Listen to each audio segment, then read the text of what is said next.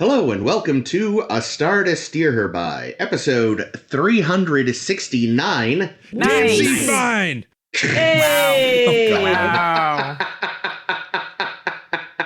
That's a Lil Jon and the East Side Boys reference. Get low, get low, get low, get low to the window, to the wall.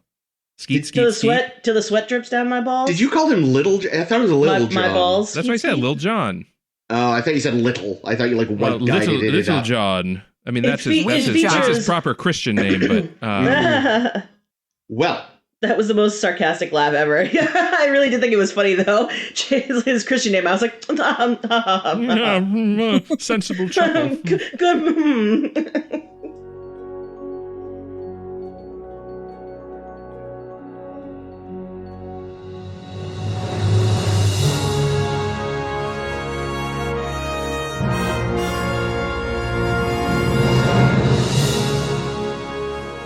So, under all that laughter, you may have heard an extra voice, but whose? Because this is Chris.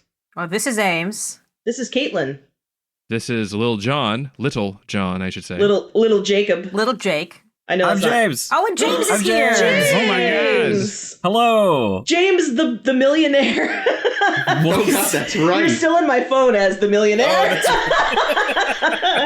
You're in my phone is... I don't even remember Yeah, why. neither do I. Yes, Jim, back for the first time, probably since he was declared the millionaire. I have not been on since, maybe the last season of Voyager?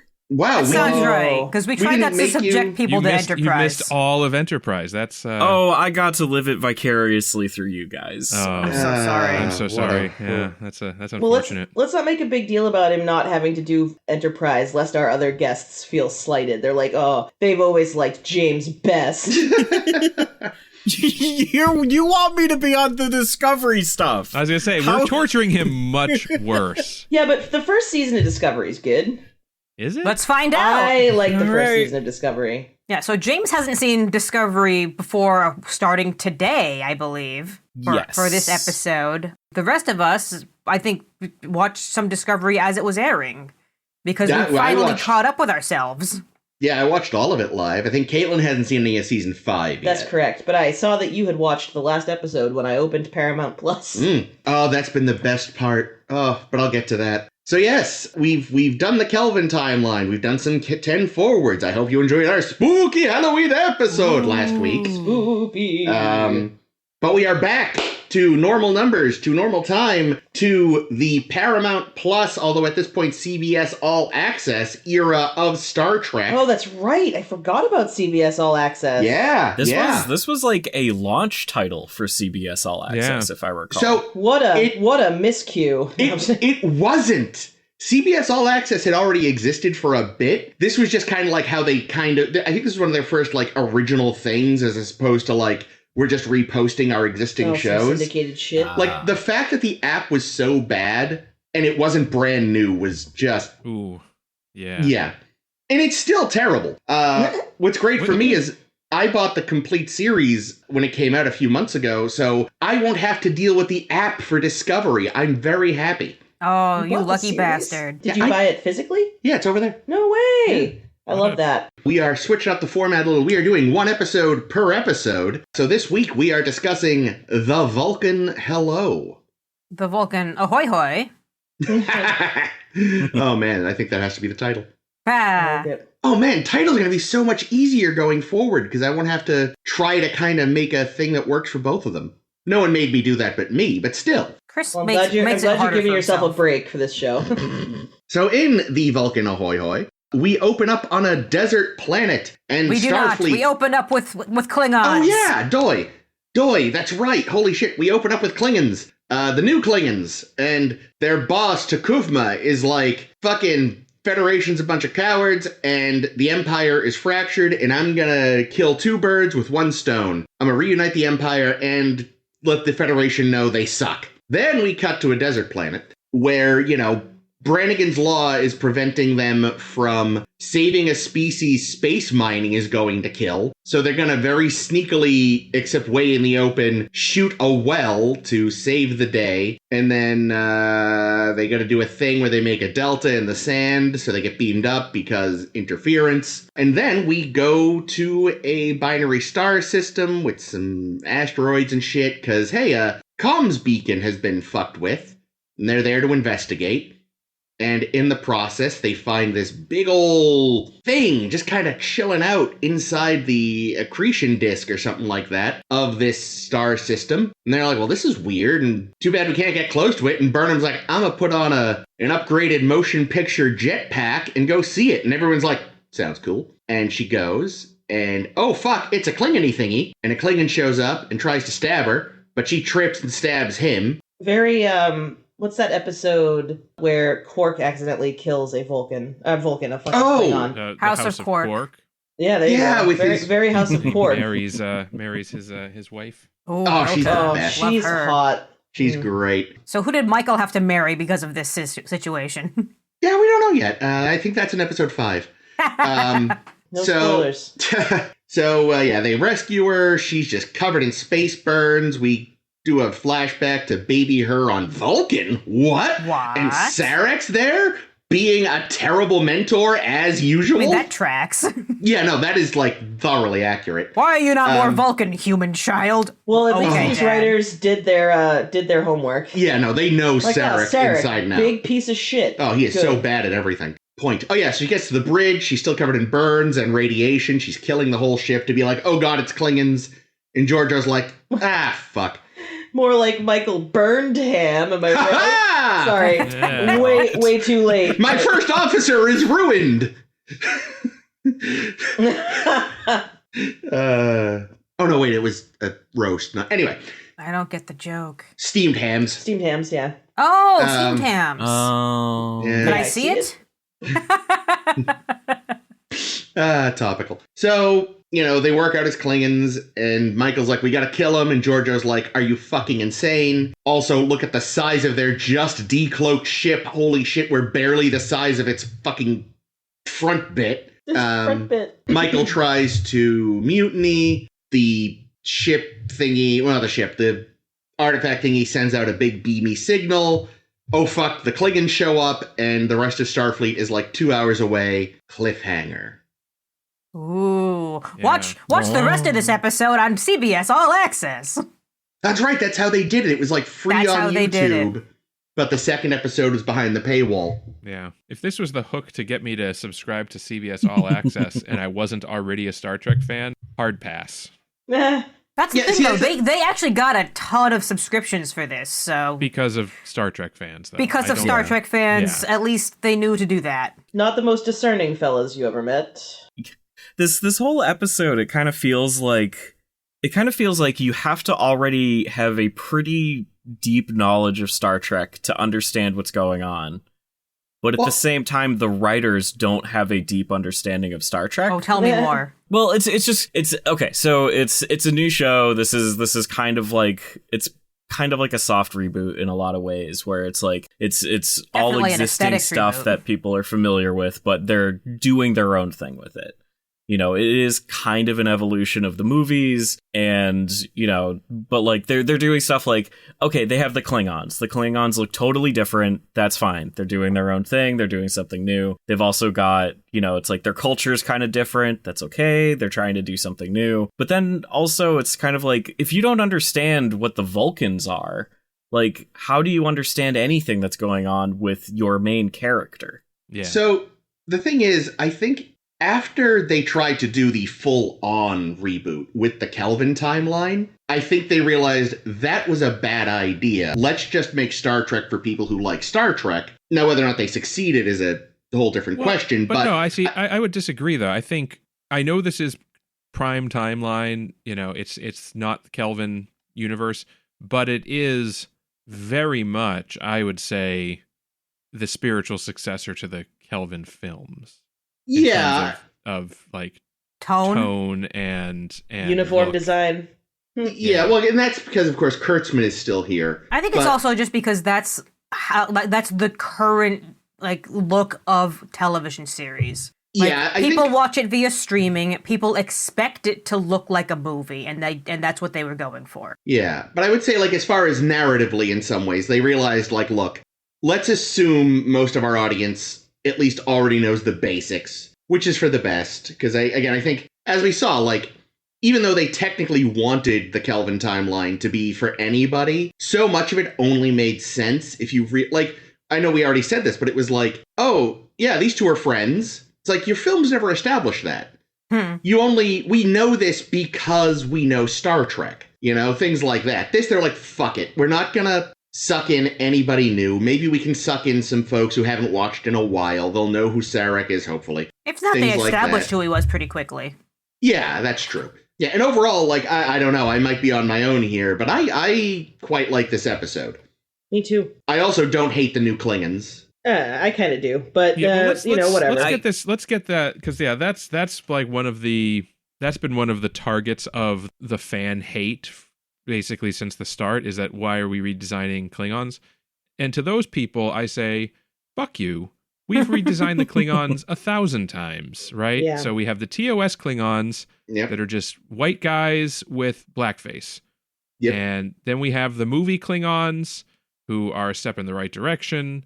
For some reason, we have Star Trek 6 Klingons, who are yet a different type of Klingon for no reason. And, like, it's well established that even the same Klingon, the same individual, looks different. So, like, Kang and Kor and Koloth all look different. In DS9, they look like DS9 era Klingons. Oh, but we don't talk about it with strangers.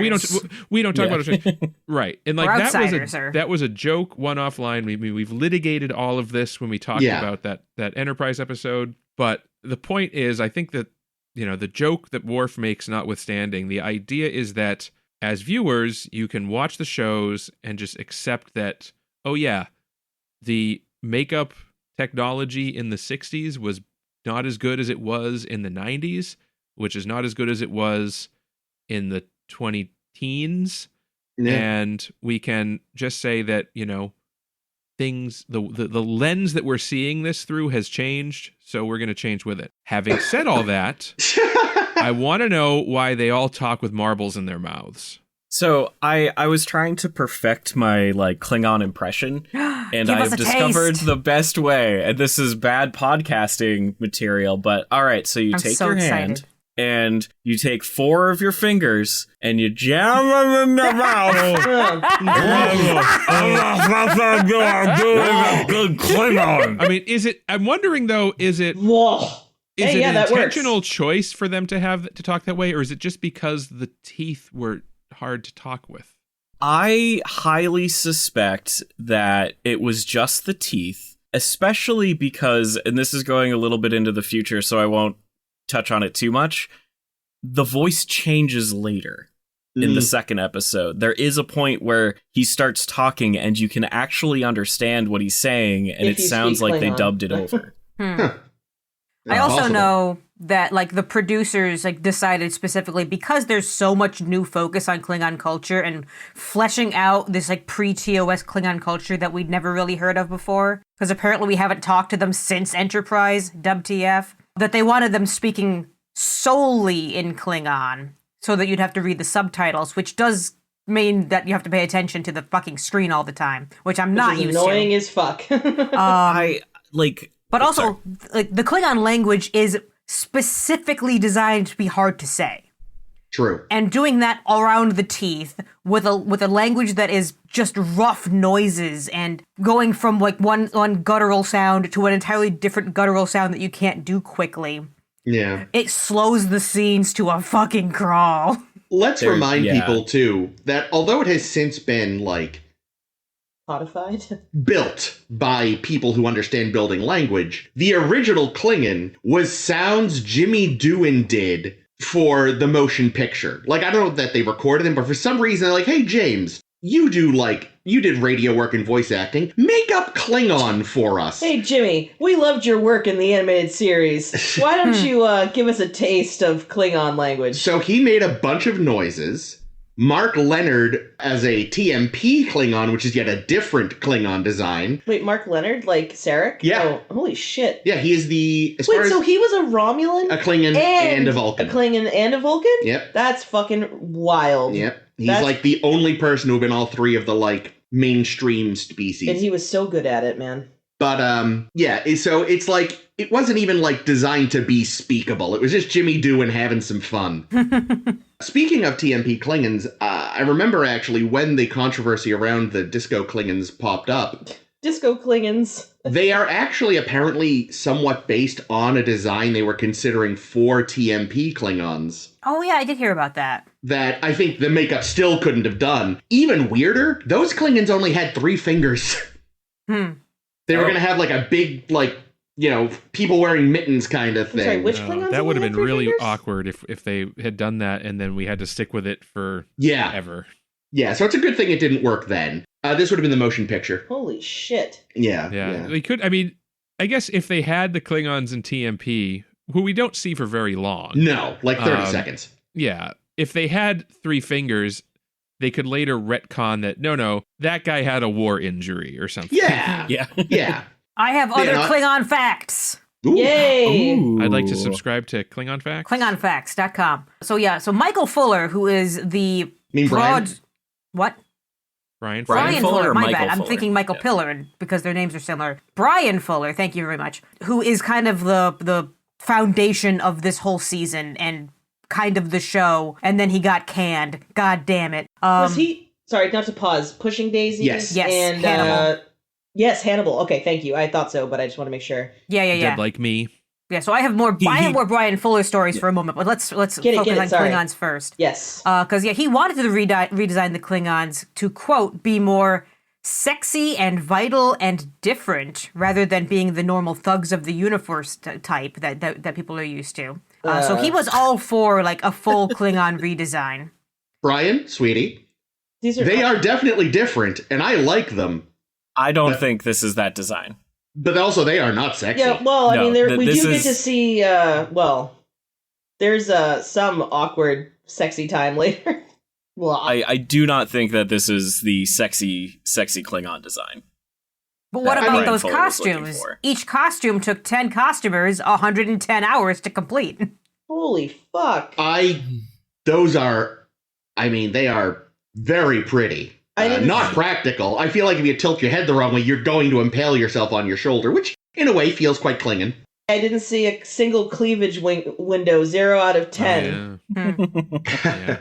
I get the sense that these uniforms are more maybe ceremonial garb versus like practical. Like most of the Klingon outfits that we see in the future are armor. Yeah, like these guys are very clearly, you know, like their own thing. Like there's some kind of weird group. Yeah, they're a religious cult.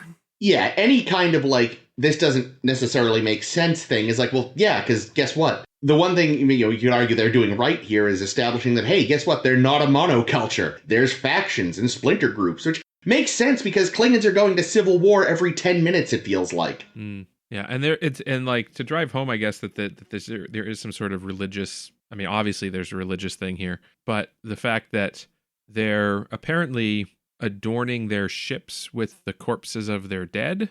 Yeah. Which is interesting and also seems somewhat contrary to like Klingon belief, because I feel like it's been established that Klingons don't really hold the corpse in high regard. Well, that's Worf 100 years later, so yeah, it's true. And also, he's a by the Bible Catholic Klingon, not a real Klingon. Yeah. Well, plus again, these people aren't necessarily like. It could be that mainstream Klingon culture doesn't do this, but this weird sect does. Yeah. Well, I could also just see it being like very symbolic of like protection of those who have passed before and shit like that. Like I mean, it doesn't feel Klingon, but it's still very fucking cool. Using them as armor feels Klingon. Yeah, I will say, calling it the Black Fleet, which is like all of the corpses in their caskets attached to your ship as armor, is pretty cool. Yeah, that does feel like maybe it's not a modern Klingon thing, but it feels like a thing the Klingons would have done at some point. Yeah, it seems like it's less of a honoring of the dead and more of a intimidating our enemies sort of thing. Yeah, and it intimidates Saru. If they'll do that with their own people, what are they going to do with our corpses? Mm-hmm. Yeah, and we did get a Stovo-Core shout. Yep. Oh. I was waiting for it. I'm glad we got it. I genuinely couldn't remember if they did it. So Yeah. Speaking of that sarcophagus ship, and I think this is mostly for the interior, but the thing that I read was $3 million was spent on that ship. wow. Oh my God. Which just goes to I think Discovery costs way too fucking much money. Guys, calm down. Yeah. Oh. And to think that the show that pretty much is going to save them is going to be fucking Lower Decks. Which looks like a 5-year-old drew it. So, since we're talking about these things... Which things? Just stuff, the look, the feel. I fucking love the Shenzhou. Oh yeah, that's a good looking ship. Yeah, it's very cool. It's a cute. very cool ship. I like the underhung bridge, which is neat. Yeah, that's amazing. I'm a sucker. The thing is, I'm a sucker for a saucer only to begin with. And it's got the weird bridge. It's got the, like, fun red stripes. And the bridge isn't too big, which is a big complaint I have with streaming. Trek just loves, because it's, like I said, Ames, people expect it to look like a movie. Right, And the problem it's is wider they decided... screen. Yeah, so all the bridges need to be enormous, and it's like you're shouting to your navigator who's 1,000 feet away. You should be using your comm. Come on. Yeah. To talk to someone across the room from you. Just beam over there. Which It'll is be fine. one of my sort of complaints with this era. But you know, in the chair, I like the chair even, because I feel like Star Trek hasn't actually been good at memorable captain's chairs overall. Like, you've got the original one. I think the Prodigy one is great. Most of the rest are largely forgettable. Could I offer the opinion that the original is only notable because of how Kirk slouched in it? Like, I don't know if it's the chair as much as it was him, like, doing a slouch. That's a good question. Yes, thank you. Yeah, I know when we covered Captain's Chair on the blog, hey, everyone's following the blog over at SSHB Star... what are we called? Wow, easy for you to say. My mouth stopped working. SSHBpodcast.com. Get those marbles out, Ames. You don't need to speak Klingon right now. But yeah, the chair is fine. I think, like, just the look of it is so cinematic, and I know, like I said, like, that's exactly what they were going for. Like, they went to the 2-to-1 aspect ratio because that's what everyone's doing, because everything wants to look like a movie. Their average episode this season cost between $8 and $8.5 million. Do we need it? Do we need it to cost that much money? Jim had no set and was great. It's Star Trek. I will definitely say, like, so first off, the physical designs of the sets and stuff are really good. Like, those I really think, like, are done well. They look solid. Like, I don't agree with all the designs. Like, I hate the holographic control interfaces where you're just poking at the air. Like, those I will never really like. But everything looks really, really, really good. But Star Trek doesn't have to look that great necessarily, and I feel like Star Trek in, like, the original, like, the 90s stuff, like, they had bean counters really breathing down their necks all the time about budget, and so they had to make do a lot with a little. That's why Shades of Grey exists, because they said you spent too much money, you don't get to spend anymore. But it's also why episodes like The Wire exist. With Garrick and Bashir. Oh, what a great episode. Oh, a nice bottle episode. Hell yeah. Yeah, and, like, so, like, but when you have like the streaming where they're just throwing so much money at everything and then complaining later and canceling shows. Yeah, exactly. What do they say about adversity breeding ingenuity or something like that? Yeah, like things like that. And it's just like they're throwing so much money that it never really feels like anyone's trying really hard to kind of be like, what do we actually need? Yeah, although I would say with the budget they just can do everything. I would say this is also a symptom of, like Ames was saying, this was that era where everyone and their mother was starting their own streaming service and just, like, throwing a shitload of money at a launch show. Or were, again, like in this case, they already had a streaming service but wanted people to actually get eyes on it. And just, like, we're going to throw a ton of money at it. We're all going to blow our loads. We're going to not understand that, you know, like, they really didn't get that Netflix was successful because it was one of the only games in town and, like, had such huge word of mouth for some of their shows. And, like, now even Netflix, you see, is falling into this trap of none of them advertise their shit. Like, Netflix didn't have to advertise once because they were the only one. And now it's like, the first I hear about a lot of Netflix shows is when they're getting canceled after one season. Yeah. Because I don't know what they're doing anymore because I barely use it. And other ones thought the same thing. It's like, oh, we don't have to advertise. We'll just get word of mouth. It's like, guys, there's now 1,000 of you. Word of mouth on its own isn't enough. But here's the thing, right? It's actually, I think, okay, so we're in the era of prestige television where you have really high budget shows that are getting a lot of attention. Shows like, Game of Thrones being the quintessential example. And like every producer wants their Game of Thrones, their hit show that is, high budget, movie quality, and that's the brass ring that everyone is going for. Yeah. And I think for CBS at this time, this was actually very calculated and probably worked out quite well for them because so say 8 million an episode, let's say 10 million just for whatever reason, right? Round up. Million. And they're trying to attract people to their fledgling streaming service. And they know that they have a IP, Star Trek, that has a built-in audience. Yeah. So if they can, and that audience is in the millions, right? Multiple of millions. So if they can convince those millions of Star Trek fans to subscribe to their streaming service for, I don't know, what was it? 15 episodes. Oh, $15 a month, sure. I think when it started, it was 11.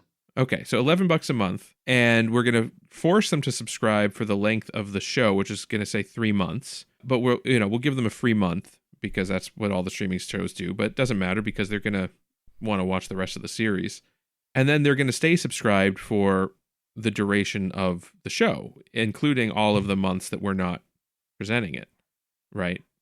Potentially years in some cases, because nobody ever cancels anything. So in there, I think that spending $10 million on an episode, say $150 million on the whole season, is very much a bet that they made, and I bet you that it paid off. I think it did, yeah. I'm trying to remember. I know what happened around this time, but they also started pulling Star Trek off of other streaming services. I think that was a bit after, because I know...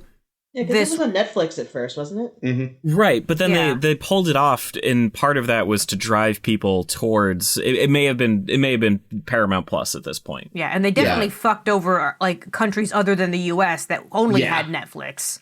Yeah, you're like, well, you have to get on CBS. Well, we don't have it yet.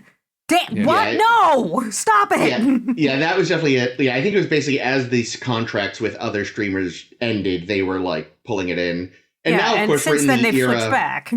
Yeah, now we're in the era of who knows where it's got. Like a few weeks ago, as of recording, like all the movies vanished from Paramount Plus and then reappeared 3 days later. They have no fucking clue what they're doing. Yeah. Well, I think what I hope we're seeing is, or what I hope we'll see, is somewhat of a consolidation. I think that the infrastructure of running your own streaming platform is a lot. Right, and especially when you have millions of audience, people tuning in.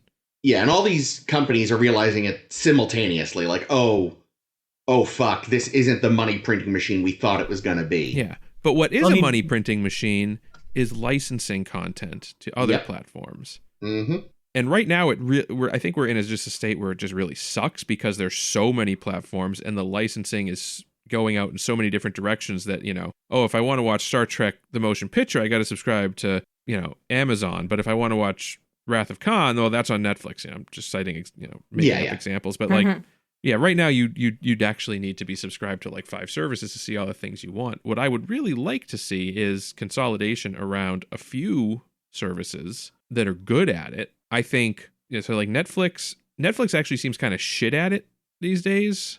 Well, the minute they had any competition, they didn't know what to do. Yeah, well, I think they're good at the technology. Yes. I think they have one of the better apps, but their content has suffered of late. But I think that if they could be a platform that just licenses from other people and not necessarily content creators themselves. I think something that I read about this season of Discovery is that since it did cost that like probably in the range of $100 to $150 million for the whole season. That's fucking cool. They made that back just by licensing it for other countries to watch, because other countries watched on Netflix, whilst the US had CBS All Access. Yeah, wow. so basically you're getting the exactly. So licensing it out is more cost effective. It's way more cost effective, and anybody you get to subscribe to CBS All Access in the US, that's just icing on the cake. Yum. Gravy. Anyway, icing. Oh my. Enough about the business of streaming. Yeah, sorry, we got it is related. I mean, it is inevitably tied into the origin of this show, which is part of what today's episode is about. Yeah, and what this show looks like. It's like Voyager, right? We talked about how Voyager was a launch vehicle for UPN. Yeah. In a similar way, it's what's happening here. CBS All Access, even if it existed before this, it was probably just reruns of I Love Lucy and Survivor. Big Bang Theory. Yeah. But yeah, no, this was definitely and it's funny, it's what they always do. Back in the day, Star Wars does well. They're like, oh, fuck, we want a piece of that pie. And someone's like, oh, well, we own Star Trek. And then it's like, we want to launch our own network. What do? Oh, we own Star Trek. Oh, we want more people to follow our streaming service. What do? Oh, we own Star Trek. Yeah.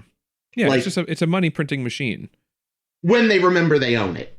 Right. And then they get annoyed when they don't get Star Wars level returns.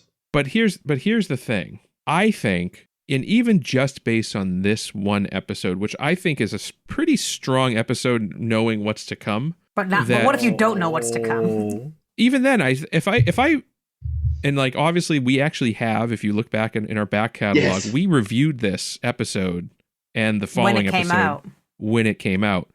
I have intentionally not re-listened to those thoughts because I know for a fact that any opinion that I have about Discovery Now is going to be colored by having seen the rest of Discovery. And also the other series like Picard and stuff, because this is the new phase of how like the shows look and how they treat plot and how they everything is more serial than episodic now. And, that's all of that. That's just how you. It's so funny because, again, like we were saying, not to get us back to that, but prestige television feels like it has to be serialized. And so I just feel like DS9's back there going, we fucking tried to tell you. Yeah, but the thing I liked about DS9 is, although there was an overarching serialized storyline, at least until the last bit where they really committed to telling that as basically one big long thread. Yeah. It was still episodic, and you would, everything sort of tied back to the main story, but every episode was a self-contained story for the most part. Yeah, they still did it better than anyone, frankly. Yeah, I think outside of even Star Trek. Deep Space Nine, even as good as it is, if the entire show had been the second half of the last season style, in how it was done, I don't think I would have enjoyed it as much as I enjoy it when it has the serialized, the episodic aspects of it. Yeah. They struck a good balance. There's and you see it with I haven't seen the rest of the show. I'm assuming you see it with this show, but I know you've seen it with other shows where they really push hard on being serialized and you lose a lot. Well, I think you see it right in this episode that this feels like half a story.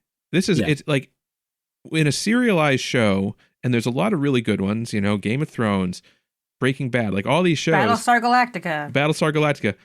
Well, Battlestar Galactica was a transitionary show, right? Because there's still episodic components to that too. But yeah, it definitely leaned into the serialized aspect. But at least in the modern era of serialized streaming television, and not even linear television, every episode's a cliffhanger. Yeah, because they need you to watch again. They need every you to either episode binge is Best or of come Both back. Worlds Part 1.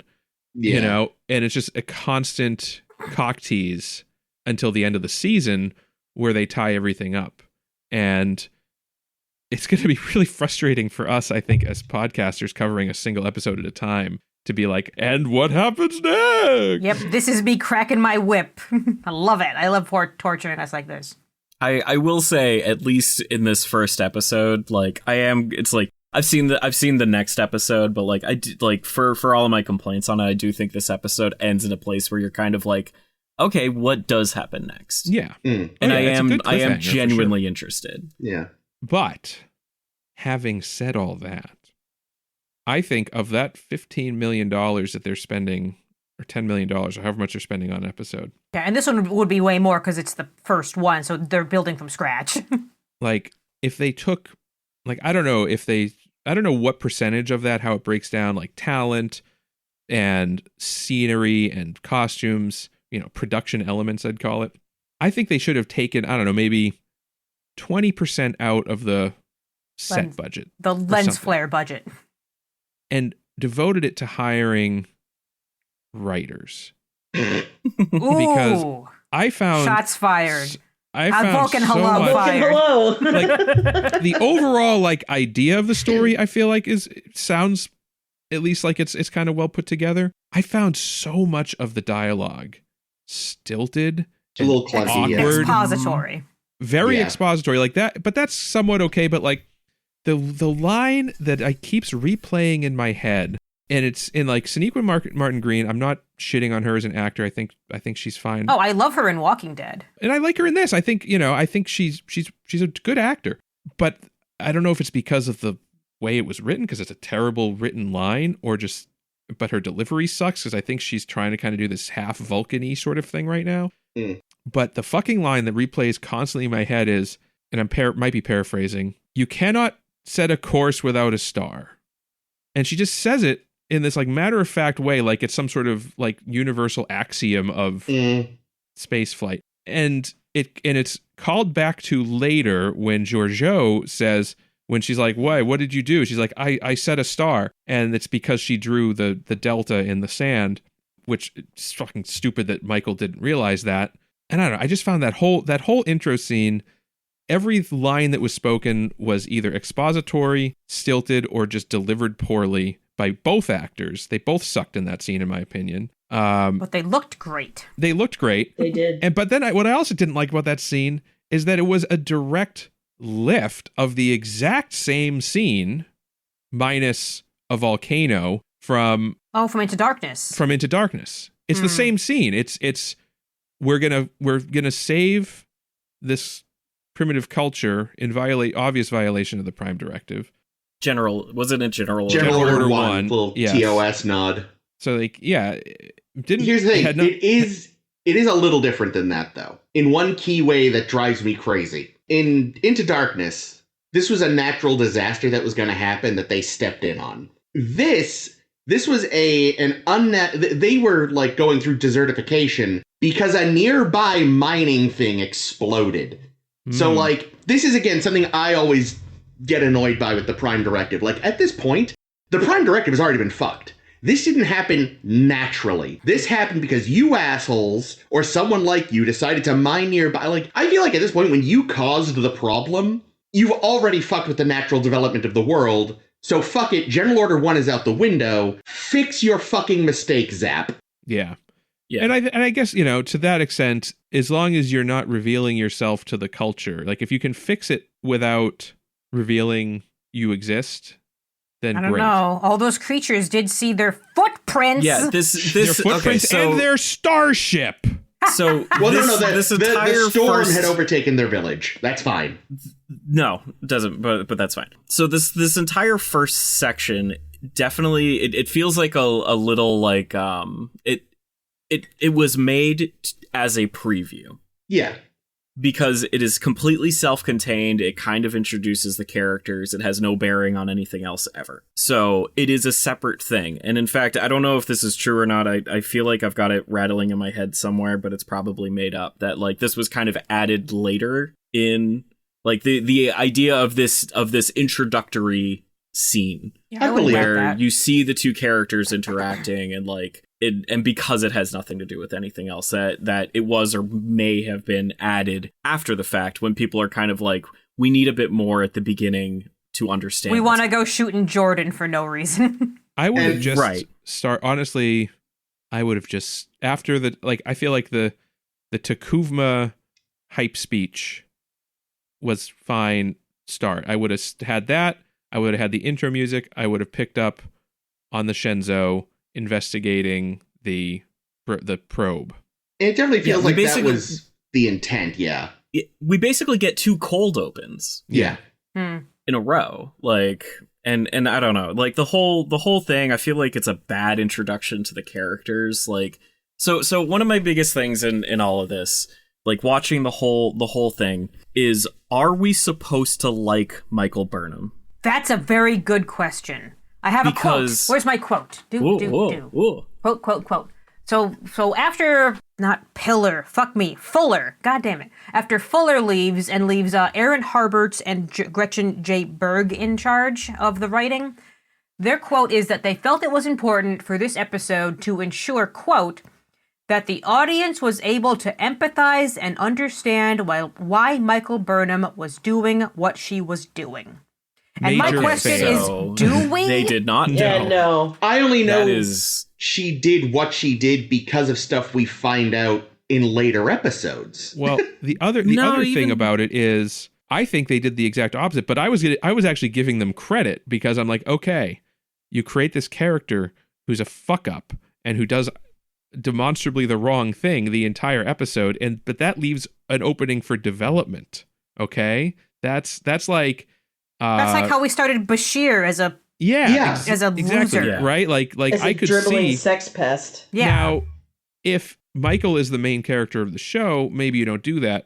But obviously, you know, since we know that Georgiou is the main character of the show as the captain, it makes perfect sense. Yep. Especially after the intro, they open up with a captain's log from the captain of the ship. Talking, oh no, sorry, it was Michael Burnham. This is the Michael Burnham first officer's log. This isn't Star Trek Discovery. This is Star Trek Michael Burnham. And and you know what? That could be fine. Which can be fine. Exactly. That's been somewhat of a complaint that I've had. That's like, okay, you know, and I'm going to make a nerd voice for myself here. Star Trek is an ensemble. But you know, this is different, right? You can change things up. You can have different things. So. And also, I think we said before, even, like, how much is Star Trek actually an ensemble? It's an ensemble of 3 out of 10. Yeah, usually, I think they eventually settle on their, here's our focus people, and everyone else is there. Which you can argue was how TNG was, you know? It's like... Yeah. You know, let's look at like Enterprise, where... Oh my god. They ostensibly, like, they're like, okay... When they were planning Enterprise, you're like, okay, it's an ensemble, so we need our 7 or 8 characters or whatever. But then, what they fucked up because they were like, okay, we cast all these people, but they end up just completely ignoring half the ensemble in favor of Trip. The white people. and Trip, yeah. Mostly Trip. Which I'm not complaining, but... And Blaylock and Bakula, I can't remember the characters' names. Archer and T'Pol. It definitely feels like, it is definitely weird that, like, with this, you know, again, a lot of the focus is on Burnham in a way that, even I will admit, other Star Treks don't do. Like, which, again, it's fine. Maybe they finally were like, look, so many of these shows end up just following 1 or 2 people anyway. Let's just, from the off, admit it. Yeah, and it's interesting that this one isn't a captain that we're following. Yeah, but with might as well be, though. With Enterprise, by the end, they were like forcing themselves to include Archer, which is weird. Like, the one thing they've never had to do is force themselves to include their captain, because they'd written themselves into a corner of having made someone so supremely unlikable. Like, I would argue that, you know, what the showrunner's intention aside, I think if we look at this as more like, Michael's a fuck up, will she learn? That's more interesting. Whereas with Enterprise, it was, here's Archer, he's going to be great, and he never is. He gets worse, if anything. I think we want to see the redemption arc. Right. Yes. Yeah, exactly. Yeah, kind of going back to the whole, like, are we even supposed to like Michael Burnham? And it does feel, I don't know, like, I can watch something that has an unlikable character in it. It is admittedly a lot harder when it is the main character. I mean, it's like BoJack Horseman. I managed to watch that, and he's an awful character the whole time. Or Walter White in Breaking Bad, right? Yeah. Totally unlikable asshole man, but it's still entertaining to watch. So you can have anti-hero, I guess. Yeah. I mean, it's like part of me worries a little. It's like, what if it's my own like bias because it's like those were men and this is a woman? Am I not okay with it because of that? Like, And I don't know if I have an answer for that, like just from like all the shit society like kind of pounds down your throat. But like I do feel like that, like every step of the way she winds up showing something about herself that is like really ugly and at odds. She fights with Saru the whole time, and it just feels she's bitter. A total jerk. She's a jerk to Saru. She literally pushes him out of the way at his station in order to do like work on the sensors later on in the episode, which we haven't really gotten to. Well, see with that, okay, but Saru is kind of a little bitch, to be fair. Oh, absolutely, but that's fine. Whatever. All right, okay, cool. As long as I love Saru. He's my fave. I mean, don't get me wrong. Michael Burnham is wrong constantly about stuff, even though she like acts like she's absolutely the best. Like in that intro, well, that's where that like Vulcan arrogance. Yeah, that's what I was going to ask. Is they never taught her to let go of her emotions, but they taught her how to be full of fuck of herself for sure. Yeah, I was going to ask, like, in the, when Burnham mutinies, are we meant as the audience to think that she is right, or not necessarily right, but correct to do this? Or do we think that that might be because we usually think Vulcans are correct when they decide things? I'm not sure if... I can't really tell, to be honest, because she's so obviously wrong, except for the fact that the writers decided she's correct. So the thing is, I am ignoring authorial intent here completely. Good. Because I'm an English major and that's what I'm taught to do. I think what's interesting about Michael and the Vulcans is that in this especially, I feel like they represent it's a personality type that has always existed, but in the modern era, in the internet era, is so much more all the fuck over the place, especially in geek circles. And that's the prick who comes along and says, I'm obviously right because I'm using logic. You see these scumbags having supposed arguments on the internet all the time. It's like, I see you are being emotional, whereas I am logical. And it's like, one, you are actually being emotional. And two, just because you're quote unquote logical doesn't mean you're right. Yeah, these are the kinds of people that when you say, what are your sources on that? They say, look them up yourself. Yeah. Do your research. I think Michael Burnham does do that. She's like, I talked to my dad about it. Yeah, well, so I mean, I think authorial intent aside, because fuck it, they're wrong about their own program, which is fine. I think whether they meant to or not, they were creating that. Like it's interesting because it's getting to this question that I think Star Trek has never really grappled with quite so much, which is, like, she's technically right for the wrong reasons. Like, this weird little cult wants a war. They're gonna make it happen no matter what they do right now. And so what does, in theory, the better part of Starfleet do in the face of something like that? But she's still wrong. Like, she got to the right answer, but her method was wrong. I don't even think that's the right answer. Here's the thing. No, it's the wrong answer. Oh, no, not the mutiny, but the saying, like, we gotta shoot first. Well, I don't even think she's wrong. I don't even think that's the right answer. And I think that, you know, I don't know what the right answer is. There isn't one. Well, I think the right answer was to withdraw. I think the Saru was right. We should run away. Yeah, absolutely. Because here's the thing. The existing stuff that Sarek tells her is an entirely different experience that they had that took place over the course of a long time. Possibly centuries of, the first time we saw Klingons and we didn't fire on them, they killed us. The next time we went in and we fired on them, and they probably killed them too, because and they just said it just became our habit whenever we see Klingons to fire on them until they get the hint. But how long did that take? Well, it's also, here's the thing. It's a good establishment of the Vulcans, though, in a way. Yeah, well, and the reason I sent wave after wave of my own the men writers at them. kind of went out of the way to invalidate what they wanted to do with Michael by having Sarek be really reticent and warning her, okay, what I'm about to tell you is a totally different situation and may not apply, so take it with extreme grain of salt, basically is what he says. And then she takes that as, oh my God, we have to shoot them right now. In a way, this is a better Kobayashi Maru scenario than the Kobayashi Maru. Because you can't shoot first. You can't just stand there. You can withdraw, but they do mention, and it's easy to miss, that they're not sure if that makes sense because there's some kind of space station and an Andorian settlement nearby. Bad things are going to happen no matter what you do here. Yeah. This kind of was making me think about the fact that, so this is basically a first contact situation at this point.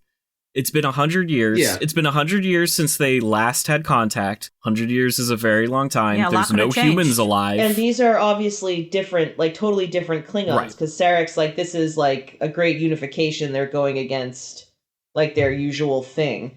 Exactly. This is something that is completely brand new. You might as well treat it as first contact. So you go up, and what probably happens in most first contacts? People probably die. Especially when you're dealing with a group of people like the Klingons. With the Klingons, most people die. And everyone knows that the Klingons are it's like they've got a lot of weapons and they're very willing to use them. So what is the right thing to do for the Federation? Very unfortunately, the right thing to do for the Federation is you go over there and you're like, hi, we're just trying to talk. And then you probably get murdered. Yeah. Here's the other thing. But then you have that information that, they murdered us. Exactly. You have that information, you go forward with it, but the thing is you don't go in guns blazing because that's not what, the Federation does. They even specifically say that's not what the Federation does. We don't in the very beginning, where Takuvma is like, they will come, he basically says, they will come with the big lie, we come in peace. Talking about the Federation. That is always... But the thing is that's what the Federation should be doing then. Yeah, and that's always the tension in Star Trek, and the better Star Treks, acknowledge it and try to deal with it, is that, there's always those people who are like, we're Starfleet, we don't shoot first. But then again, you've got, the occasional admiral who is like, well, why don't we shoot first? You ever heard of a little guy named Jonathan Archer? And they, there's all that argument can make for, a good story when it's done right. But that's... Enterprise, you fucked it up. But that's one of the biggest things about when you have they're still pretending like Starfleet has these big ideals that are very important to them. Yeah. Whether that's true or not, varies depending on the writers. But the thing is if you're going to have the values the Federation has, that means you are going to be putting entire starships at risk of destruction constantly. Yeah. Yeah. And that's something I think Enterprise wanted to address, but the writing team was just abysmal. Yeah. Well, so here's the other problem I have with this whole scenario is that withdrawal is an option. Mm-hmm. And because the only thing at stake right here is a space buoy that got destroyed, right? And possibly those Andorians. Well, but we don't actually even know. Fuck we don't those know. Guys. Well, so that's a theoretical. So here's my rewrite of this episode. I love it when Jake rewrites. And I forewarn you, you're going to groan because it's a total member berry, it's a total fan wank, but I kind of think it's appropriate because it could accomplish the exact same thing and be a member berry. Chris and I just gave you the same, oh God, what's he going to do face. I'm ready. We're not investigating a damaged space buoy. We're responding to a distress call from the Kobayashi Maru. Oh my God! Wow, how it does work. Great would that be? And the thing is, and it's and the decision is, Starfleet is saying we cannot go there, we cannot rescue the ship because it's in Klingon space and they're a known hostile species. We have to wait for backup or whatever. And it's Michael Burnham, and then and it's basically can play out kind of the same way. And it's Michael Burnham that's she neck pinches Georgiou and is like, okay, enter the neutral zone. Georgiou is talking to Starfleet, but she ordered us to go rescue the ship. And that's how the whole thing starts. Can she be eating an apple while she does it? She can totally be eating an apple. I love and hate that idea. I fucking hate you because that actually is the only good use I think of a member berry I've ever heard. It becomes like the textbook case, literally the textbook case of this is why they have it later. Yeah. Oh, you prick. Oh, we should also point out, though, too, the one thing that really has them freaked out, and maybe this isn't super clear, but, as far as we can tell, this is the first time they've seen cloaking technology, or at the very least, the first time they've seen the Klingons with it. Okay, I was going to say the Romulans did it that time. That was the Enterprise incident, which is later, way after this. Yeah, remember, in Enterprise, all the Romulans I'm thinking in Enterprise. Oh, but that wasn't really close. That was like a holodeck. Yeah, that was like a hologram. No, this is in Minefield. Weren't they cloaked? Maybe they weren't. The mines might have been cloaked or something. The mines were cloaked. Yeah, okay, but either way, then ignore me. But either way, this is the first time they've seen that a starship, or at the very least, it's the first time they've seen the Klingons have cloaks. Yeah. So that's an extra layer of, oh, fuck. For all we know, they're already in our space, dithering around. So there's also that. Yeah. That's a good point. And yeah, they kind of brush over that because the audience is so used to seeing cloaked ships. Yeah, but it is in there where they're just like when it unveils itself, you can tell from everyone's like, what the fuck just happened? So that they're either unfamiliar with cloaking technology, or at the very least, since when do the Klingons have this? Fuck. Yeah, well, yeah, I also don't love that because, and again, canon! Like the cloaking technology in Enterprise Incident is supposed to be very novel. It's supposed to be like, we've never seen anything like that. And it's still kind of shitty. That's why they're trying to steal it, is so that they can reverse engineer it. Yeah. But if we've already seen it, and the Klingons have it, but again, canon. Yeah, it's a bit.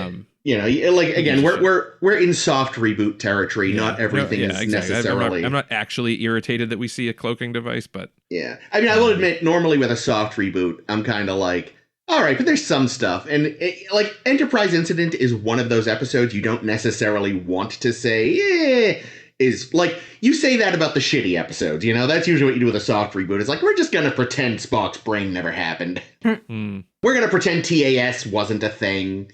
All of it, fucking all of it. But especially BEM. Duh.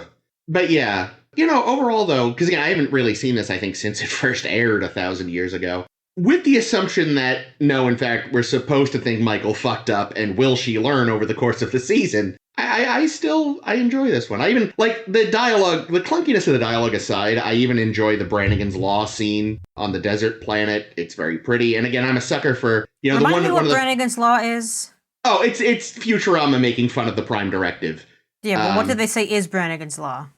That you basically you don't interfere with the natural development of a world. But the one time they mention it is like the dupe had mined a planet until it was literally hollow.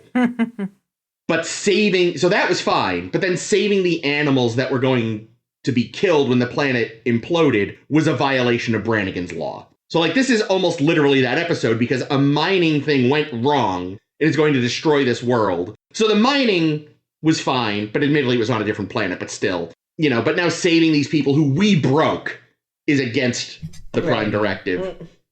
Which, again, this is one thing, this occurred to me recently, and I could have said it years ago, but I didn't think of it till recently. The very act of colonization is in violation of the Prime Directive. Oh, yeah. Because absolutely. Even if the world doesn't have intelligent life when you get there, you have irrevocably altered the natural evolution of this planet. For all you knew, in millions of years, there was going to be an intelligent life form there that will now not arise because you built a barn. But don't worry about it, because probably that species that was going to evolve would have evolved to be genocided anyway. There we go. Yeah, so by flock specifically. Yeah, no, I'm just saying, there is a point where we're okay with violating the Prime Directive, and that is when it is convenient to our colonization efforts. They're always okay with it. They just are. have to pay lip service so that they act like they're doing the right thing. There's never, really. I feel like, again, that's spoilers, never mind. Well, I mean, space colonization is it's arrogant too, because it's, it's basically saying whatever was going to happen on this planet doesn't matter. Yeah. Because I am more important than that. Yeah, so the very act of space colonization flies in the face of the alleged Prime Directive. Yeah. But anyway, yeah, I mean, I think this is a okay, action-y, setup episode. I'm not convinced it works. I mean, it certainly wasn't intended to work on its own, because it was meant to be paired with the follow-up. But even at that, I don't think it works, or not sure that it works as an introduction to the series. Well, spoilers, we're not going to see the Shenzhou or 90% of this crew again after these two episodes. So we end up with, we have essentially three, there was one dude that had a few lines who was, Connor. Connor. But, the one who did that delightful we're introduced to airport thing? Yeah, that guy. Yeah, like him. Yeah, I liked the airplane captain. Thought that was very cute. We'll be coming around. And I look forward to seeing what happens with this character. Degrees. But the other, we really only get three other than him. we get 3 named what I would consider main characters on the Starfleet side, which is on the Shenzhou. Burnham, Georgiou, and Saru. We're not really introduced to the rest of the crew, and I think, spoiler alert, we're not going to spend a lot of time with this crew, so it probably would have been time wasted. They spent a lot of time on those like extras and side characters though, with like their costumes and like the alien what makeup. About the fucking Daft Punk head guy? I love the Daft Punk guy. See, I hate the Daft Punk guy because it seems like such a tease that, you're going to get this Daft Punk guy. Oh, That's no, you fair. don't. I have to ask, okay, at one point, oh no, is that the next episode? No, I think that's this episode. I wrote it here. Tell us more. The robot face at some point has a red alert. And He did. His face lights up like That's it's so red alert. fun. Yeah, it's so stilly. But it makes me hate that robot. We have Lando Calrissian's bitch Yes, I saw him. Who? Also, who are we talking about? Lobot. There's a guy. Yeah, the there's a Lobot guy. Yes. Yeah. There was like a blue person who wasn't Andorian. Andorian or Bolian. Bolian, thank you. And they had like a weird, I think it was a third eye on the back of their head on like a little stalk. Ugh. Yeah, it's I don't gross. care for that. You're out of the Federation. You're kind of weird. I also, again, because all right, it's fan wank and it fucking worked on me. I'll fucking admit it. I do enjoy that they brought back the Wrath of Khan style red alert screen. I didn't notice. Oh yeah, that like with the little bars on the side and the moving colors, that's straight out of Wrath of Khan. We don't see that anywhere else? Maybe in some of the other TOS films, I don't remember, but it's gone by TNG. Yeah. In TNG, they just kind of have, it just has lights. Yeah, and there's lights. But again, you'll notice one of the consulting producers on this was Nicholas Meyer, so. Yeah. Oh yeah, he was. Yeah, which is why it's a shock that he didn't force them to use the Kobayashi Maru. Well, when you say consultant, I don't quite know like how much. I think it just means they called him up and were like, "Hey, can we put your name on this?" Yeah. Yeah. Speaking of, okay, and this give me an excuse to segue into my Brian Fuller stories because from way back in the day, y'all will remember that CBS All Access pulls in Fuller and Kurtzman to quote really put this franchise on the map with their streaming at thingy-majigger. And Fuller comes in and says, I've got this idea. We're going to do it serial style. We're going to do serial style like for Star Trek, like what American Horror Story does for horror, in which each season that's right. is its own contained thing. Yeah. And they said, whatever, Brian. How about you just make us one season and we'll figure it out from there. And he's like, okay, I'll do that. But simultaneously, he was also show-running American Gods, so his time was very split. So they brought on those 2 aforementioned other friends of his who worked with him on Pushing Daisies, so I already trust them. And they took over when Fuller eventually was asked to step down. And those 2 other writers were fired before the beginning of season 2 anyway. And I guess Fuller was also fighting with the producers because he really wanted Edgar Wright to direct the pilot, but they had already brought in David Semel to direct the premiere, and they fought a lot about that, and Brian did not get his way, and then he was asked to step down at some point. Oh man, Edgar Wright would have been amazing. Because I love Edgar Wright. We'd get an aged, like a digitally de-aged Simon Pegg as young Scotty. Yeah, seriously. Oh my god, I would love it. Young Scotty. So the only Brian Fuller show I've seen is Pushing Daisies. And I fucking love Pushing Daisies. I am sad. If you only see one, you'll love it. I'm sad it didn't make, beyond 2 seasons. I love that fucking show. So good. Honestly, the second season I didn't like, so I'm kind of glad they killed it. Because I thought it was only going to get worse. But, go on. For me, the biggest bummer about him leaving the show or being fired from the show or whatever is that it dashed any hope I had of ever seeing Lee Pace as a Vulcan, which would have been Vulcan or Romulan. I can't see them yet. He does play. Just go watch The Hobbit. The Hobbit, yeah, he does play an elf, so that's halfway there. Yeah, it's almost the same. They got the ears. But yes, I don't like a Vulcan or a Romulan, preferably a Vulcan, but it would be so perfect. Yeah, Brian Fuller though, I'm a big fan of his shows. Actually, Pushing Daisies is a show of his that I have not seen, so we should watch it. It's so good. I've seen Dead Like Me, I love, and I love Hannibal. But I also love Hannibal. But it sounds like he might be shit to work with. Too cool for school. It just seems like a lot of his projects are like, you hear that he's signed on to do some project, and then not long thereafter you hear he's been let go from that project. Yeah, he sounds like he might be kind of a pain in the ass. I think, here's the thing. I think people like Kurtzman and Abrams are like yes men and like company men and don't upset apple carts. And I think that's why they're so successul. I think that's why Kurtzman has stuck around as long as he has. And they take that apple cart with the Kobayashi brew. The C-suite happy. I think someone like Brian Fuller, who's like maybe more combative and is assertive. He has a vision that he doesn't. Well, I was gonna say he's an artist. That's what I was gonna say. I think Brian Fuller, at the heart of it, is like an artist. Like he's making an art.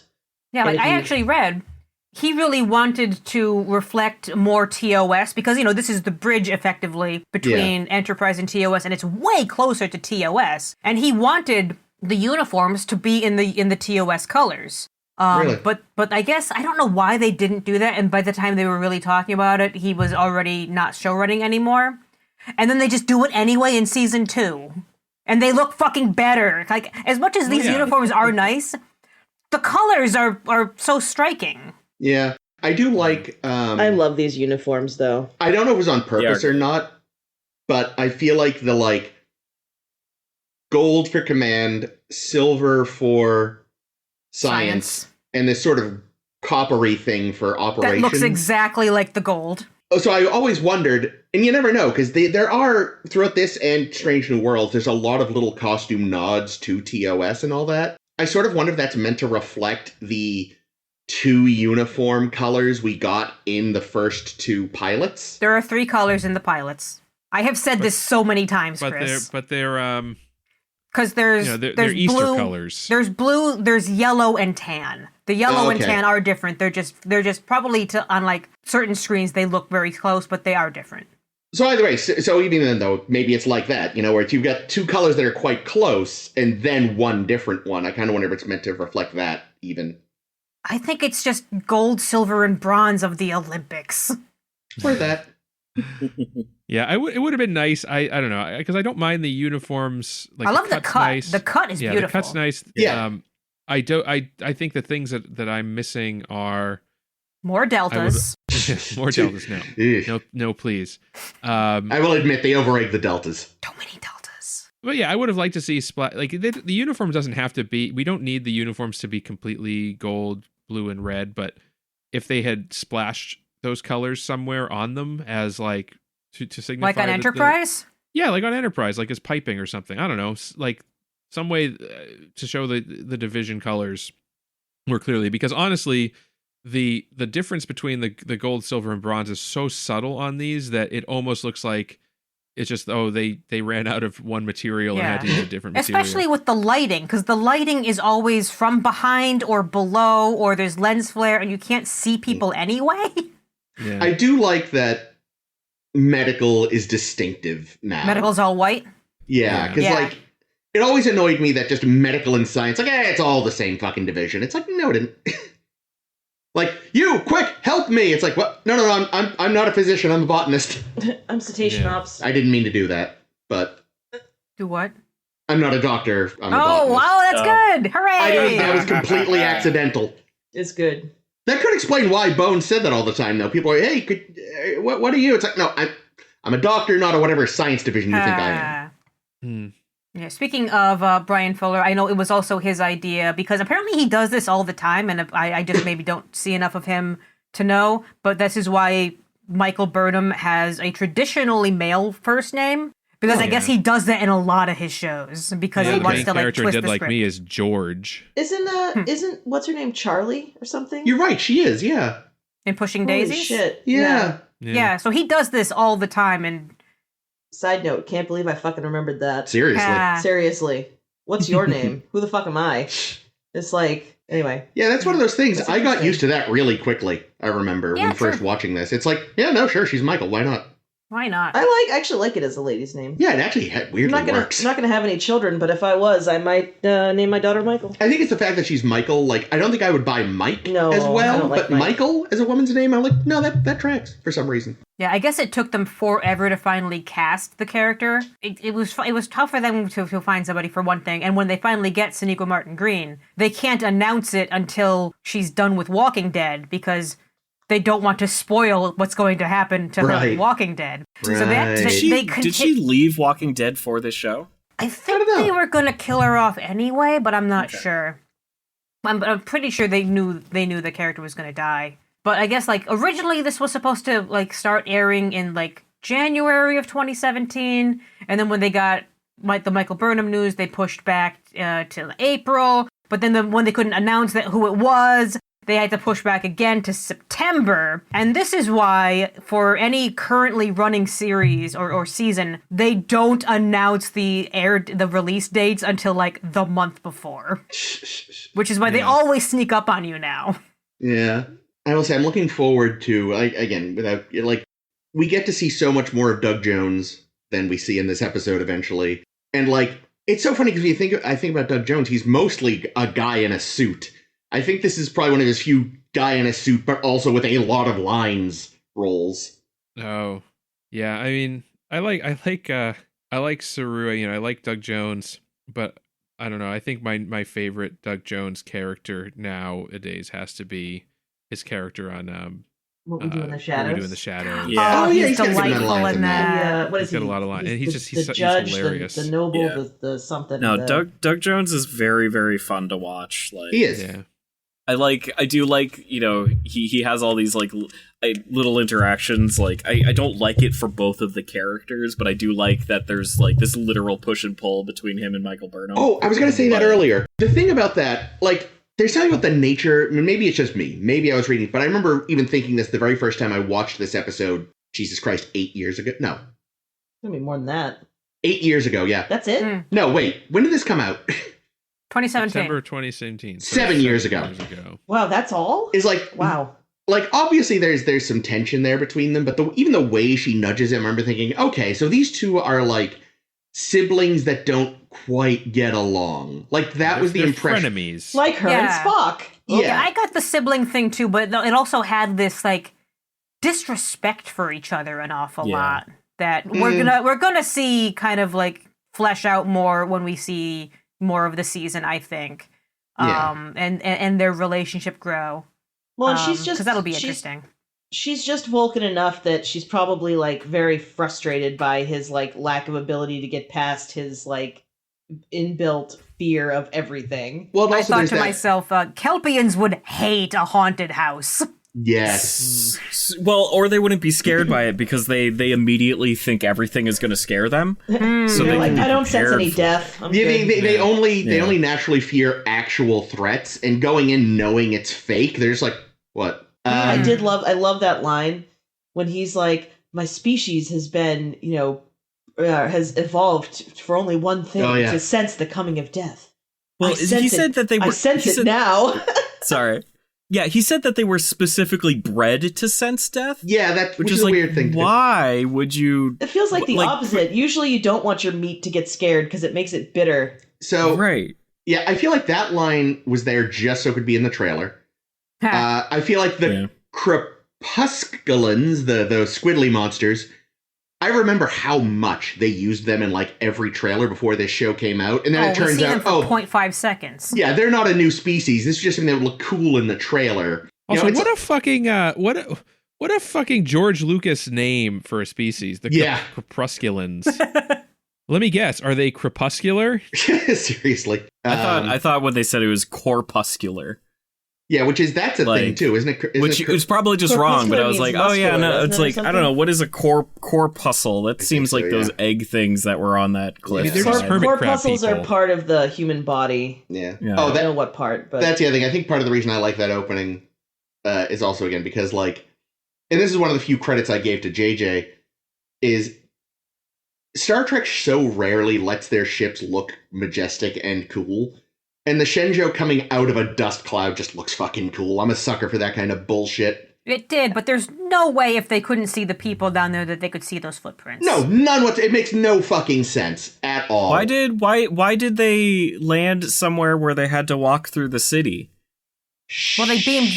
Oh wait, what city? There was like that little village with the egg sacks. Oh, that's a good point. They had to walk through the valley among the people they were hiding from so that they got seen by the people they were hiding from. And then while within vision, because you could still see the cliffs, within vision, they then shot down into the well perfectly so that they didn't hit the side on the way down. Doesn't make a lot of sense. Then, it's clearly then they made a Giorgio... gigantic Starfleet symbol in full view of everybody after having saved them. Well, that's going to get wiped away by the storm. We definitely didn't break the Prime Directive today. See, I think Giorgio just knew she had to give her first officer a pep talk and gave them a walk to do it on. Well, there's also, like, the other thing that happens during that talk is Giorgio's like, I think you're ready for command. Man, what a fucking mistake that was to say. Oh, God. Because up until that day... Yeah, but really, all it takes she had a perfect record, and then all of a sudden she literally committed every possible mistake, including mutiny? She has trauma, apparently. I want to know why Spock never taught Kirk how to do the neck pinch when obviously human beings are totally capable of doing that shit. Oh, Picard does it too. Yeah, Archer did it that time. Yeah, a million years later, I'm talking about Spock in the original series being like, oh, no, Captain, I don't think I could show you how to do that. It's one of those things Spock forgot about, like his extra eyelids. Well, I also think that it's somewhat implied, at least not necessarily here, but in the earlier Treks, that people who have melded kind of can gain that ability. Good point. So like Archer obviously melded, Picard melded with Sarek, and I think that's what kind of gave you get superpowers when you meld with a Vulcan. So I'll take that headcanon. Yeah, I think the assumption here is that Michael at some point in her life melded, and that's why she can do that. Alternate headcanon: Spock did teach him, but Kirk is like, why wouldn't I just Kirk chop? Yeah, I say the chop works just as good. Wait, so this takes place after Enterprise but before TOS? Yeah, like 10 years before TOS. Okay, I was gonna say, I was like, wait a minute, why are they melding? But if it's after Enterprise, I guess it's fine. Yeah, well after. Yeah, it's much closer to TOS. Cool by now. Good. So I did listen to our episode that we released right after this had first aired, and we had kind of like initial takes on the two episodes. And our initial takes was Jake quite enjoyed it. Mm-hmm. Chris was cautiously optimistic. Really? Caitlin was optimistically optimistic. And I did not think this was Star Trek.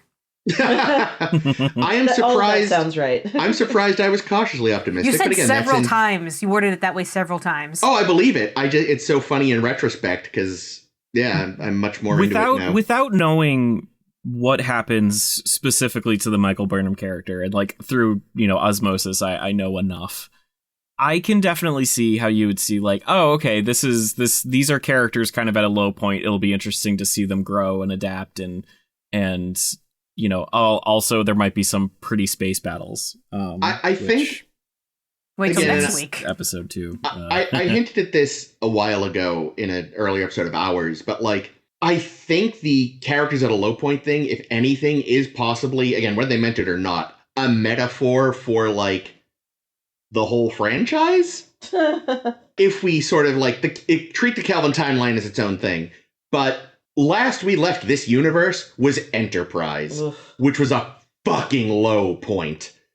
And I will get more as we actually get to the story of this season into how I think it ties into we fucked up with Enterprise. Here's us digging ourselves out. I'm so excited to like hearing you like flesh out this thesis. It's going to have to come after several plot things, so it's going to be later on. You think the writers and producers thought they fucked up with Enterprise? Again, I am ignoring authorial intent because they're wrong. Yeah. Speaking of. I think the other, and this will tie us into our blogtivity this week, is that's what I was about to do. Good, I already got it for you. In that, I think one of the main takeaways from watching this, and even with the second episode, Battle at the Binary Stars, which we'll be watching next week, is this a good premiere, like introduction to Discovery? Because it's a weird one, because we're not on the Discovery yet. We don't have the captain of the show yet. We're going to basically start from scratch when we get to episode 3 anyway. And I know one of the writers, and I didn't write down which one, has basically said, don't think of this as the pilot or premiere of Discovery. Think of this as a prologue for Discovery. And I've seen... It kind of is. Yeah, and I've seen arguments for, like, should they have just started at episode 3 and then used, like, this kind of material as, like, flashbacks and background and stuff that get revealed later, which we can talk about as the season progresses, like, whether or not that would have been a good idea. Okay, I've got a really good idea of what they could have done. Tell us. After they filmed this, they then could have not aired it and then changed it a lot of things to be different, and then later use scenes from the unaired first episode, re-edit it into another episode. Put a framework around it. They could put Michael Burnham's on trial. Yeah, Michael Burnham's on trial under pains of death. Like that episode of Futurama. I was getting real scared because as I kept going, I was like looking at your faces and I was like, oh God, this isn't going to land. This isn't going to land.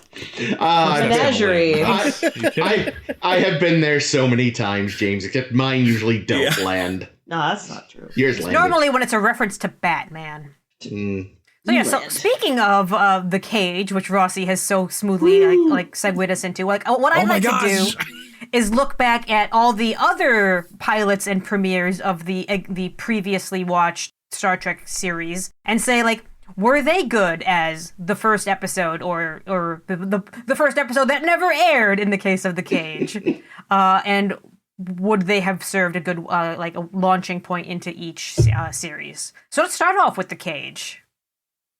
I love The Cage. I like The Cage a lot. I think it's really interesting. It's rough around the edges, most of these are. But we're talking about like the first pilot, right? Not the second. Yeah, pilot. The unaired first pilot, The Cage. I like it. I think it's really interesting. It does a lot of stuff. I mean, just simply having, a woman as the second in command, like it is more forward thinking than obviously the studio was comfortable with. Yeah. They specifically made them stop that for the next iteration. Yeah. Pike had a TV in his bedroom. Spock was like, the women! And they were like, you're right, that was the problem. And a smirky boy. Get rid of that. Big smirky boy, Spock was. He was. But I remember, like, the big thing that people talked about with The Cage was how, like, cerebral and how it didn't have that optimism yet. It starts off and Pike is a mope. He's a mopey mope that mopes about being like, oh, we got our asses handed to us on Vega? Where the fuck were they? Vega.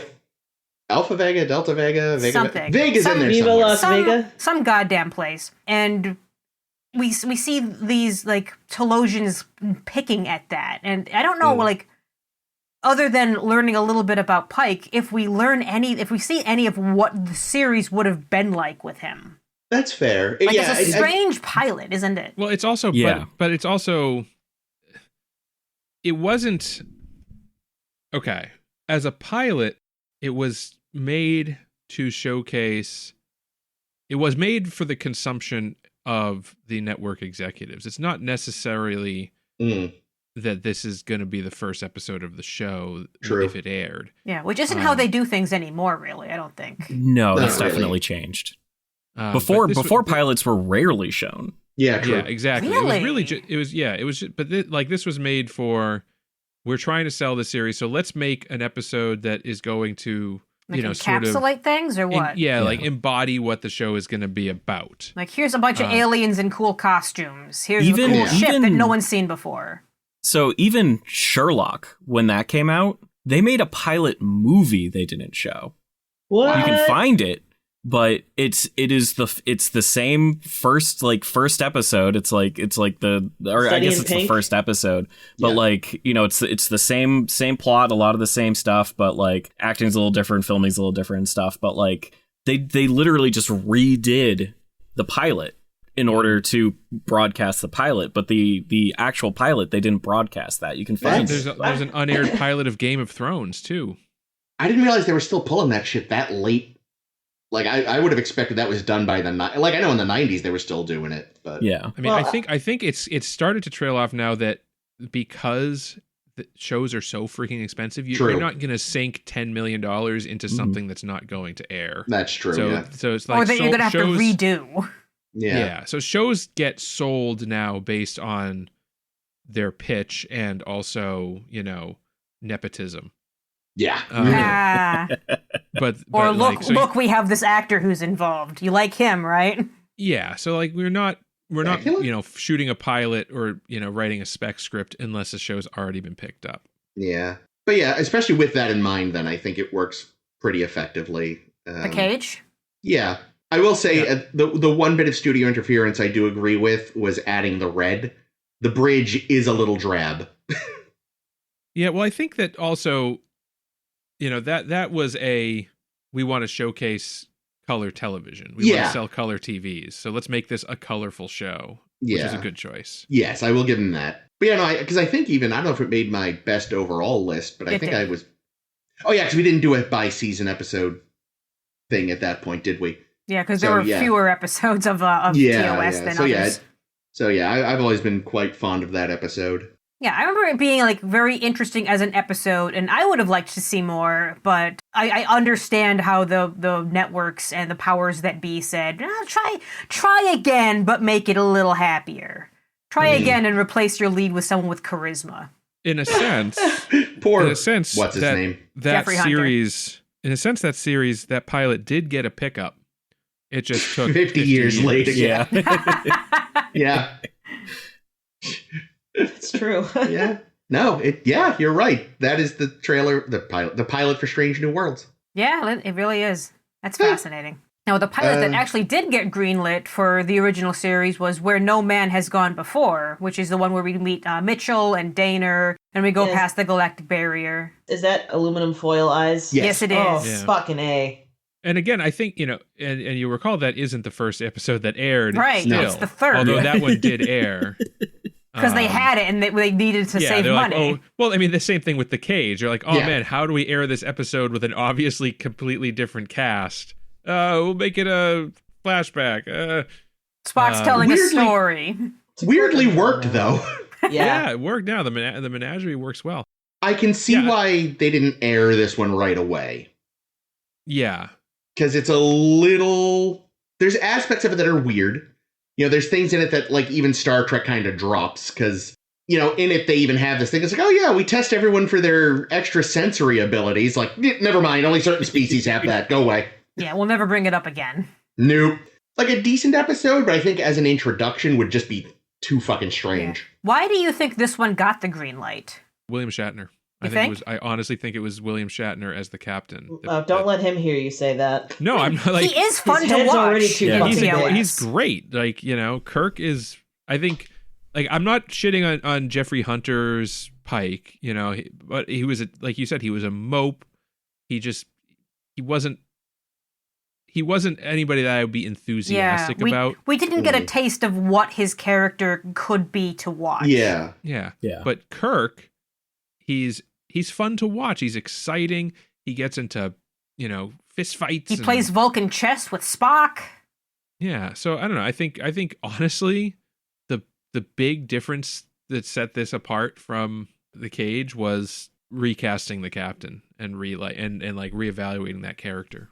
I mean, not to give Shatner too much credit. I mean, it is very explicitly a different character. Yeah, he's a better written character. It's like the Captain Pike is just a more morose. He's like a war veteran, and he doesn't love that fact, which would make sense when the show was made because that would have been a lot of people. Oh wow, yeah, that's a good point. And I think that would have been very relatable and very interesting, and they could have done a lot with it. But the TV executives were probably like, maybe instead of focusing on that, bad thing that happened to everybody 10 years ago, let's do something a little more fun. Mm. Yeah. And even then, they didn't get a chance, but maybe they could have, because the whole thing seemed to be like, he had just had a really bad mission. So we don't know. We're seeing him on a bad day. But that is also... Yeah, like I said, it's metaphorical for the whole veteran thing. And, maybe part of the point of his arc over the years of the show would have been, it did seem like there were ending... do arcs over the show back then. But the whole thing could have been, the whole point at the end of The Cage seemed to be, he's got a renewed vigor. And so maybe we would have seen a less mopey Pike. Or maybe we wouldn't have, who the fuck knows. Yeah. I mean, really the difference is, I want to quit Starfleet. Oh, I'll stick around in Starfleet. He might still be a mope about it, though. True, yeah. Yeah, it's interesting looking at the Pike from Strange New Worlds and how different that character seems from the Pike of The Cage. Original flavored Pike. So... Yeah. Yeah, and yet he's still upbeat and still has like relationships with his crew members and stuff. But he does still have he still has ennui. He still has like all of that like inner turmoil and just kind of like inner melancholy, which I mean, we don't have to talk about that show just yet, but like I think it is a more it's a more grounded captain. The Pike of today is a more grounded captain than most of the other captains we've had. So again, just as in the pilot of The Cage, that was a more grounded captain than Adventure. It's like he would have, Kirk would have swung from vines if he could have. So again, the Cage really is a very good pilot for Strange New Worlds. Yeah. That's what we determined. It was a great Strange New Worlds pilot. It was so funny. Yeah, and just for Star Trek, I think Where No Man has gone before is pretty good at setting up. I mean, I don't think we get to learn a lot about the characters really yet. Not really yet. What does Spock do in that episode? Much?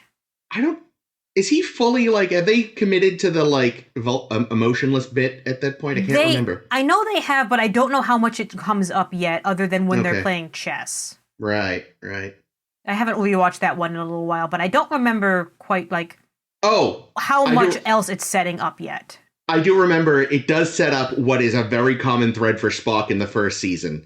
His answer to every threat is murder it. That was true. That's a good point. We brought that up a lot. In that regards, the Vulcan Hello does make sense, because a lot of the first season of TOS, it seems like Spock's response is, kill it! The minute they realize that, Mitchell is, gone all, space crazy and superpowers, he's like, Captain, we should probably kill him. And Kirk's like, how about we maroon him? Kirk loves marooning people. Yeah. Yeah. I mean, maybe this is a Sarek problem. Yeah, I think he might just be a really bad mentor / father. Yeah. I liked watching Sarek though, and I liked the interactions between him and Michael Burnham. I thought was and I like the actor that they got. I think he's Mark Leonard. Good. But no one ever will be. I think that I know we're kind of going back to a little bit on the episode, but I do think that it was cool seeing Sarek actually play the underlying. I felt like he played underlying emotions pretty well. That's a good thing to do as a Vulcan. And most people can't do it. No, absolutely not. No. And so I think that worked. And he's at one point he's talking about, because Michael Burnham killed a Klingon. We never even talked about that. And Sarek is well, if death had to happen, I am I'm adequately pleased it was not you. Yeah. It is for the best. It wasn't you. It was weird that his hologram was able to sit on a table. That's one thing I thought was kind of dumb. Sorry. No, it's good. Anyway. I'm glad it got brought up, because what the heck? Why'd he sit on a table? That was weird. They're just showing off the TNG pilot. How about that? Yeah, sorry. Wow, you're skipping so many steps, Jake. Because first, I did want to bring up... you trying to get by the TAS. Sorry, Ames, go ahead. Well, before that, I did want to just kind of bring up, just as a in passing thing, the first episode that we do actually see of the original series, which is the Man Trap. And why did they pick that one? Other than it was ready. I was going to say, it was in the can. That's why they money picked reasons. I don't know, because it's not it's not a great introduction. I mean, I guess it gives you a good introduction to the McCoy character. Here we go. Shatner was why they got picked up. McCoy is why it was the first episode. Well, that's the one with the salt vampire, right? It is. Correct. So it gives us a spoopy alien thing, which is cool. I think that's good. It's like, hey, look at our sweet special effects. Look at this sick costuming. Lol. And it has romance, which people like. So creepy aliens, something for the sci-fi nerds. Romance, something for the ladies. Yeah, I think it's weird in science fiction without being quite as weird as Where No Man Has Gone Before. Guys, nobody at the beginning of Star Trek would have been ready for those fucking aluminum foil eyes. I think that's what it is, honestly. You can't start with that. I would have run screaming. I would never have come back to that genre. But also, I think, again, we've got our sort of three main characters established at this point, because Bones wasn't in Where No Man Has Gone Before. There were no bones about it. Yeah, I mean, is it like... I can kind of get why they went with that. It's just science fiction-y enough. Again, Spock was like, murder the salt creature. Yeah. Yeah, it's funny because I know, like, and when we talk about the other premieres, like TNG and DS9 and such, most shows in general in the 90s forward, their first episode is usually someone's first day, so that you can use it as an introduction to this world, this circumstance, and all the characters. Yeah. Whilst back in the 60s, these episodes literally just drop you in the middle of nowhere. Yeah, and I feel like that's just how you did. Yeah. Like, I remember, like, what? Like, these episodes all aired in whatever order they were ready in, not in production order or any particular order. Yeah, like, I don't know loads about other shows at the time, but I, having watched a lot of Nick at Night as a kid when they were still showing 60s shows, now they show 90s shows. Wow. There was, like, there was an episode later on of Dick Van Dyke that was a flashback to Rob's first day.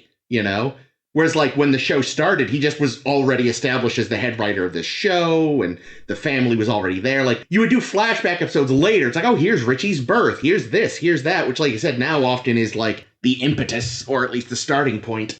Let's talk of a moment, because this one I don't think we'll need to say very much about, in that the premiere for the animated series, Beyond the Farthest Star, is just an episode. It's the one where they meet the gas cloud thing that's marooned on a thing and is lonely. Yeah, but it's a great introduction to the art, I guess. It's an introduction. It's meant to be like TAS. I feel like was really meant to be season 4 of TAS. Yeah, a continuation. Really intended to be a separate thing. Yeah, I mean, I didn't remember this episode at all. I kind of skimmed the Memory Alpha entry. I couldn't be asked to care. What a terrible show. It's a very forgettable episode for their first one in the animated series, is the other thing. Like, does it set the tone at all? Yesteryear would have been a better one, I think. And that's like the second episode, isn't it? I feel like Yesteryear comes like really soon, so... Yeah. Yeah. But I think it would be a better first episode. Yesteryear would have been. I'm on board. Yeah, I agree. I will say that if for nothing else, I love TAS for all of the ridiculous memes that it's given us. Fair. Kirk is the jerk, Kirk the jerk, and like, Captain, this man's died because his dick fell off because a woman on the internet had an opinion and shit like that. Like, it's good meme fodder. It's great. It's beautiful for that. Oh, and of course, Kirk with the hand, the surprised Kirk hand face. Like, that is good. That's what. But I have to say, of the things that TAS gave us was also those very short treks. Yeah. They were terrible. There was one that was good.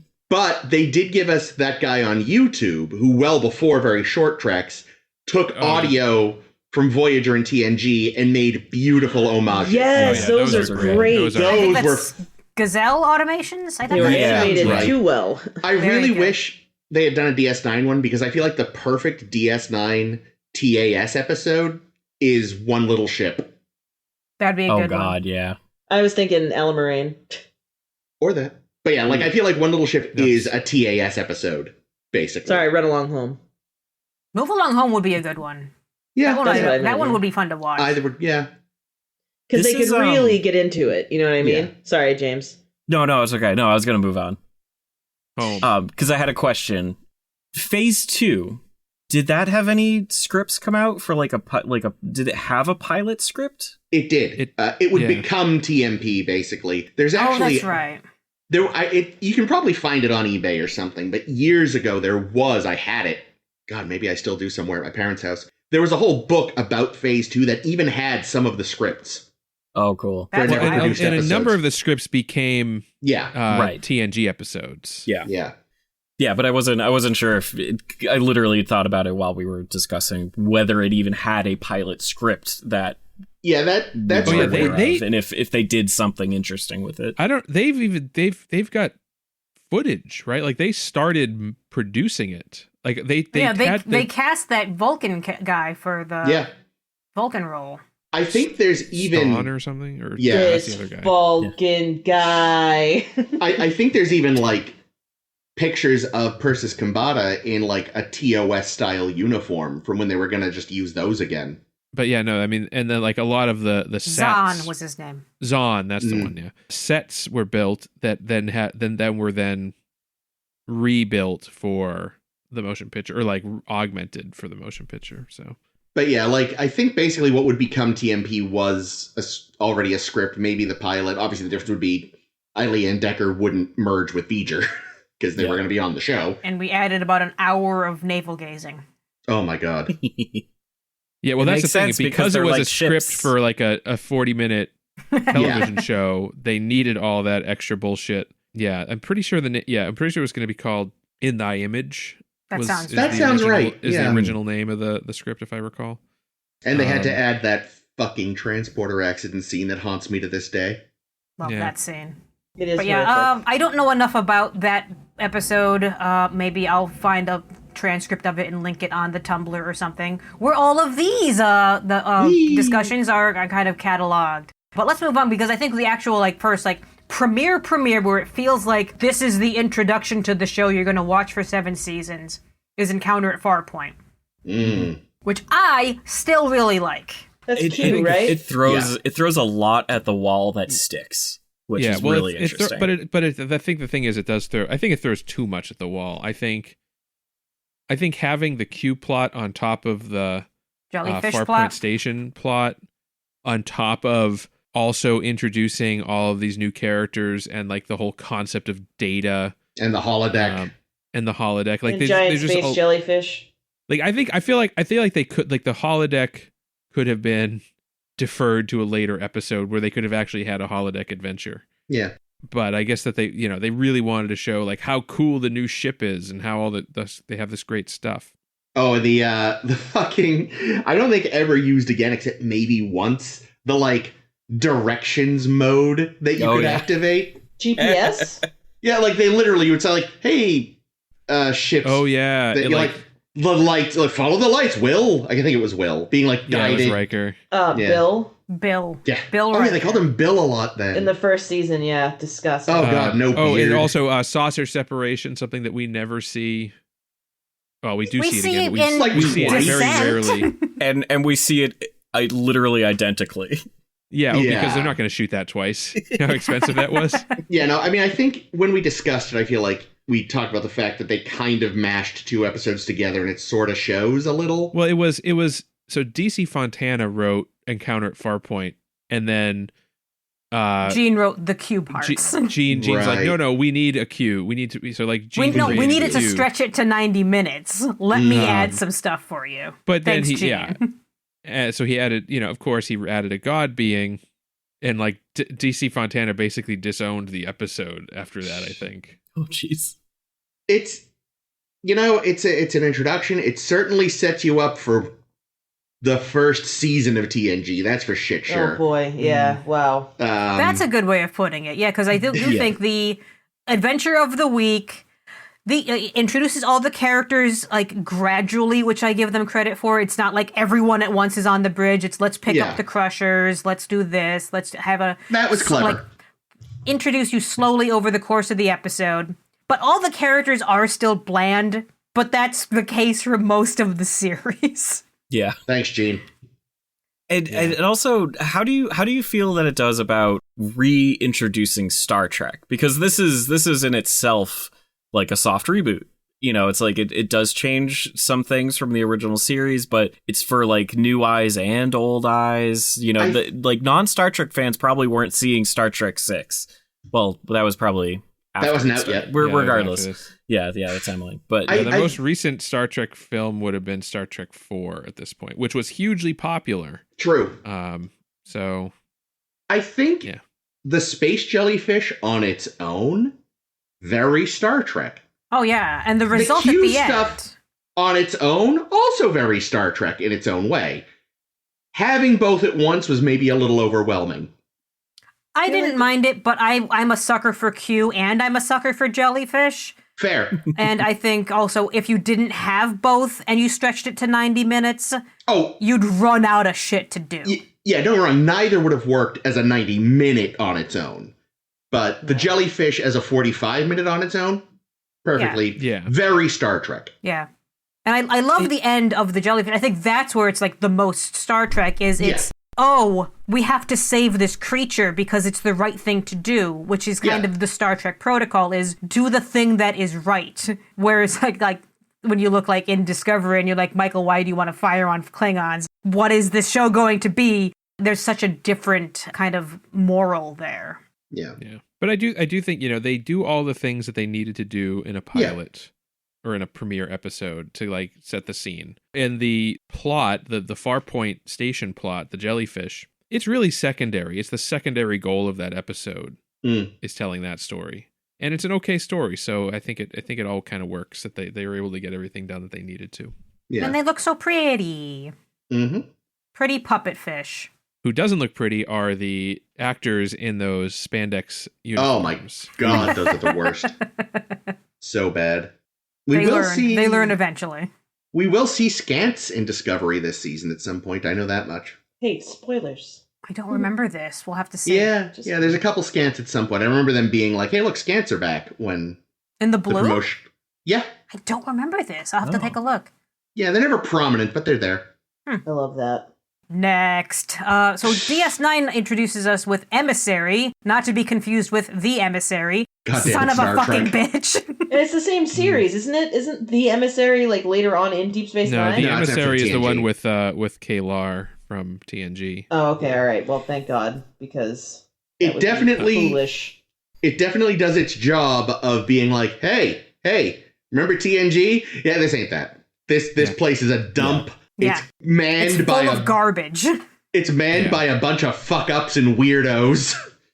I think this is in terms of if a premiere episode is supposed to set up your series, Emissary 1,000% is the best at doing that because it introduces you to the station, the characters, the wormhole, the Bajorans, the Cardassians, Gul Dukat, the idea of the emissary, the prophets, the wormhole, all that shit. It does a really good job of introducing the characters that, like Kira, right? Yeah. Mm-hmm. She's introduced as like a badass, and that's just what she is for the rest of the series. Yeah. And like she never goes back on that. And then like, okay, you could be like, oh yeah, well they introduced Bashir as this fucking dweeb and he's not a dweeb forever, but they actually develop him through the series so that it's believable how he gets from being a dweeb to not being. Still a dweeb.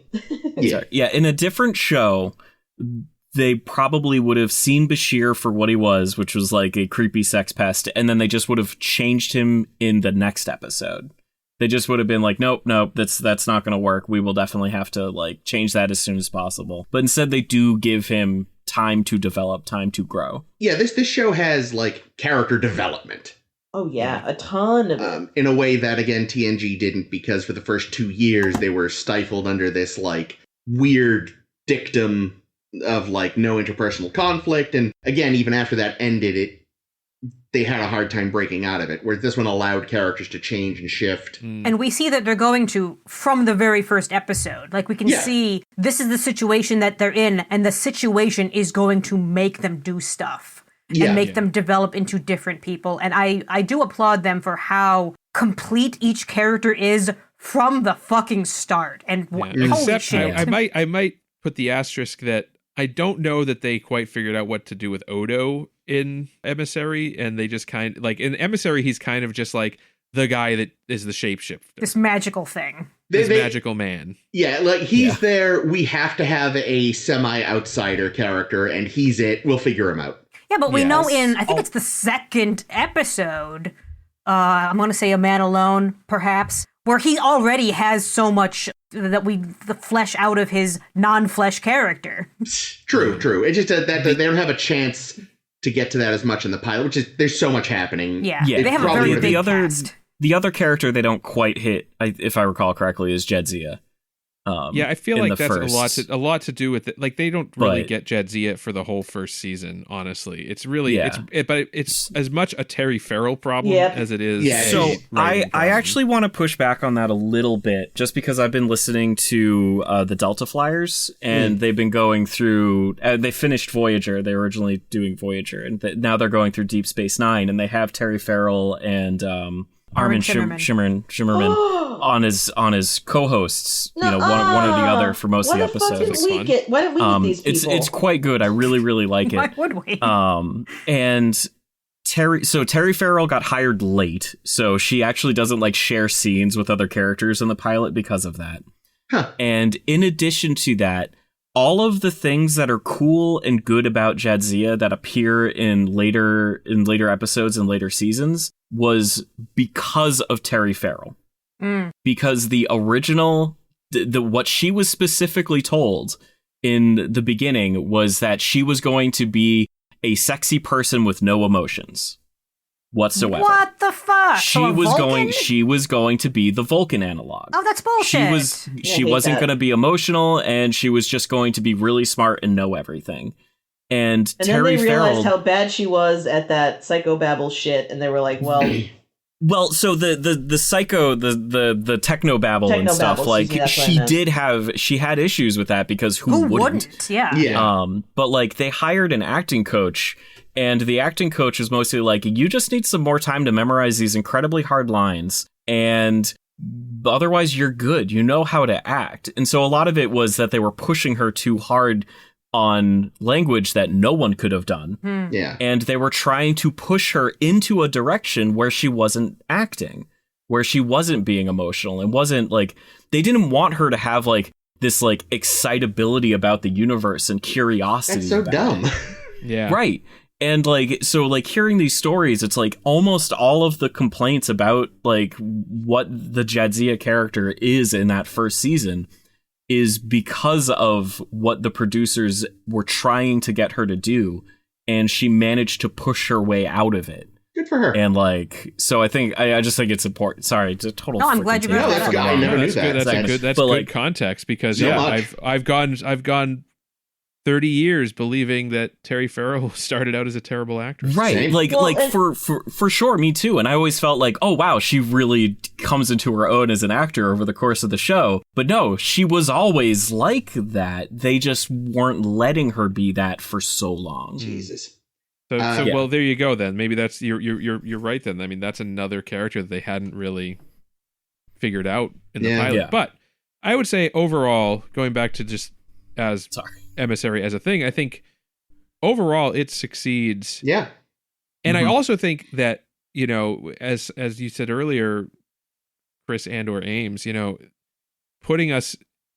setting the scene setting it as just something that's completely antithetical in a lot of ways to TNG by putting them on this breaking down station where nothing works, things are there's booby traps and shit. And, we have Quark, who's a criminal as a main character. And I think the thing that Sisko is bitter and he hates Picard. He's even less likable than Burnham at the start. Yeah. But somehow it still works. We still end up liking Sisko in the end. I think it helps that he's the war crimes. Well, I think what helps, what he does have he does have his relationship with Jake even in the beginning. That's a good point. And that softens the character. Yeah, there's a hint that there is more there because he gets to have this interaction.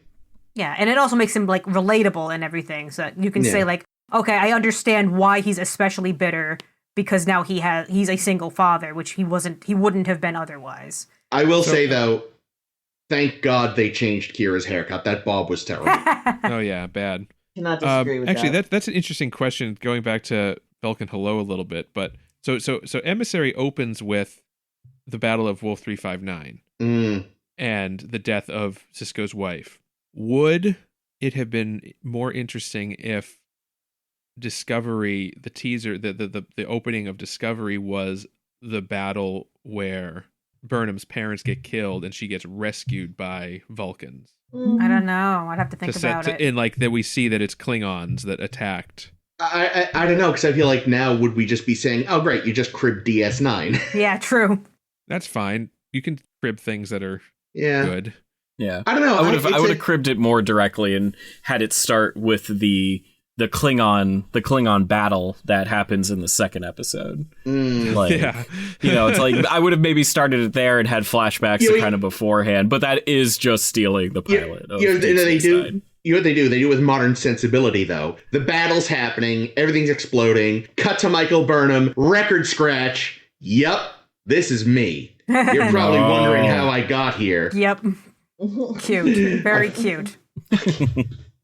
I would have liked it if, instead of a battle with the Klingons, it was a battle with the Borg. Why?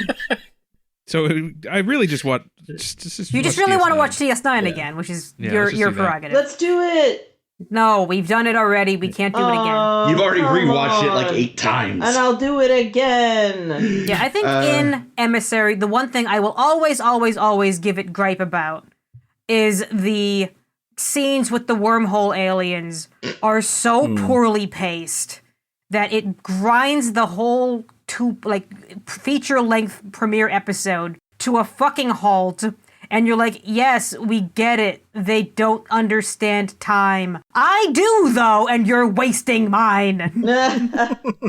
Like Jake said, there is a whole lot that they introduce in Emissary, and most of the things that they introduce, they do it at a very good pace. Like, we understand the wormhole and the Cardassians and the situation that we're in. And then we also have to understand time aliens, and I feel like that was just an extra level of... There's so much... And now you're making me think about this, and I'm done. Anything else about Emissary? I will say that since I did listen to our original Discovery premiere episode from 7 years ago, Jake did bring up the 2-parter prologue of Discovery is basically the Emissary's first 30 seconds stretched over 2 episodes. So good on them. So if we're moving to Voyager, let's. I kind of want to say, like, I have thoughts. Apparently, I find it very interesting that looking at the pilots in isolation with nothing else, I really, really like the Voyager pilot, and I think it pairs very well with kind of what like the Deep Space Nine pilot is trying to do. Like, I do think that they are introducing the characters, they are introducing the scenario that they're in, and with Deep Space Nine, it makes a lot of promises that it pays off, and the Voyager pilot is the opposite, where it's doing a lot of the similar stuff to the same level of quality, but they make a bunch of promises that they absolutely drop basically next episode. That is a very good point. Like they set up, there's going to be this thing where we have all these Maquis members on the ship. No, they're friends now. It's fine. No, they're not even just friends. They're literally the people who rejected outright the attitudes of Starfleet immediately just to, like, join into the fold instantly. The stone that the builders rejected became the cornerstone. What is that from? It's a Catholic thing. Oh, I don't know that one. It's supposed to be Jesus. Oh, it's Jesus. Great. That's okay. It's an old Vulcan proverb, like time is the fire in which we burn, or you can't set a course without a star. Or fire on Klingons. That old chestnut. Yeah, I also really, really like Caretaker as a premiere for Voyager because it does a very good job, like DS9's does, in introducing us to the characters more gradually and introducing us a concept that is like new and refreshing in a way that I think like is indicative of what the whole series should have been and sometimes pays off on. But like I think when we covered Voyager, we talked an awful lot about how like why can't this be more serial when they're in this scenario. Yeah, I think we agreed that ultimately, like Jake, you said it once, the show is often criticized for what it could have been as opposed to what it was. And I think it still ended up being, a good show, I think, overall. But yes, it definitely made a lot of promises it didn't keep. And I think that was down to executive cowardice. Yeah, I would definitely agree. I think I remember rewatching Voyager and being very pleasantly surprised at it being a lot better than I remembered it being. And I still do have the gripe where, like, every once in a while they would show you just enough of what could have been that it's really, really upsetting. Yeah. Because they could have been doing it the whole time. But, like... But yeah, like, it winds up okay as a different thing than what the pilot promised. Yeah. Rossi, have you seen Prodigy yet? Yes. Good. That's a great fucking show. Yes, it is. I like it a lot. Bunch of Star Wars characters wind up in Star Trek. Oh, it's great. Yeah, and that's actually, I heard someone describe it that way once online. I probably heard one of you talk about it. Beautiful description of that show is they start off in Star Wars, wind up in Star Trek, and are much happier there. Mm-hmm. Jake, what are your thoughts on Caretaker?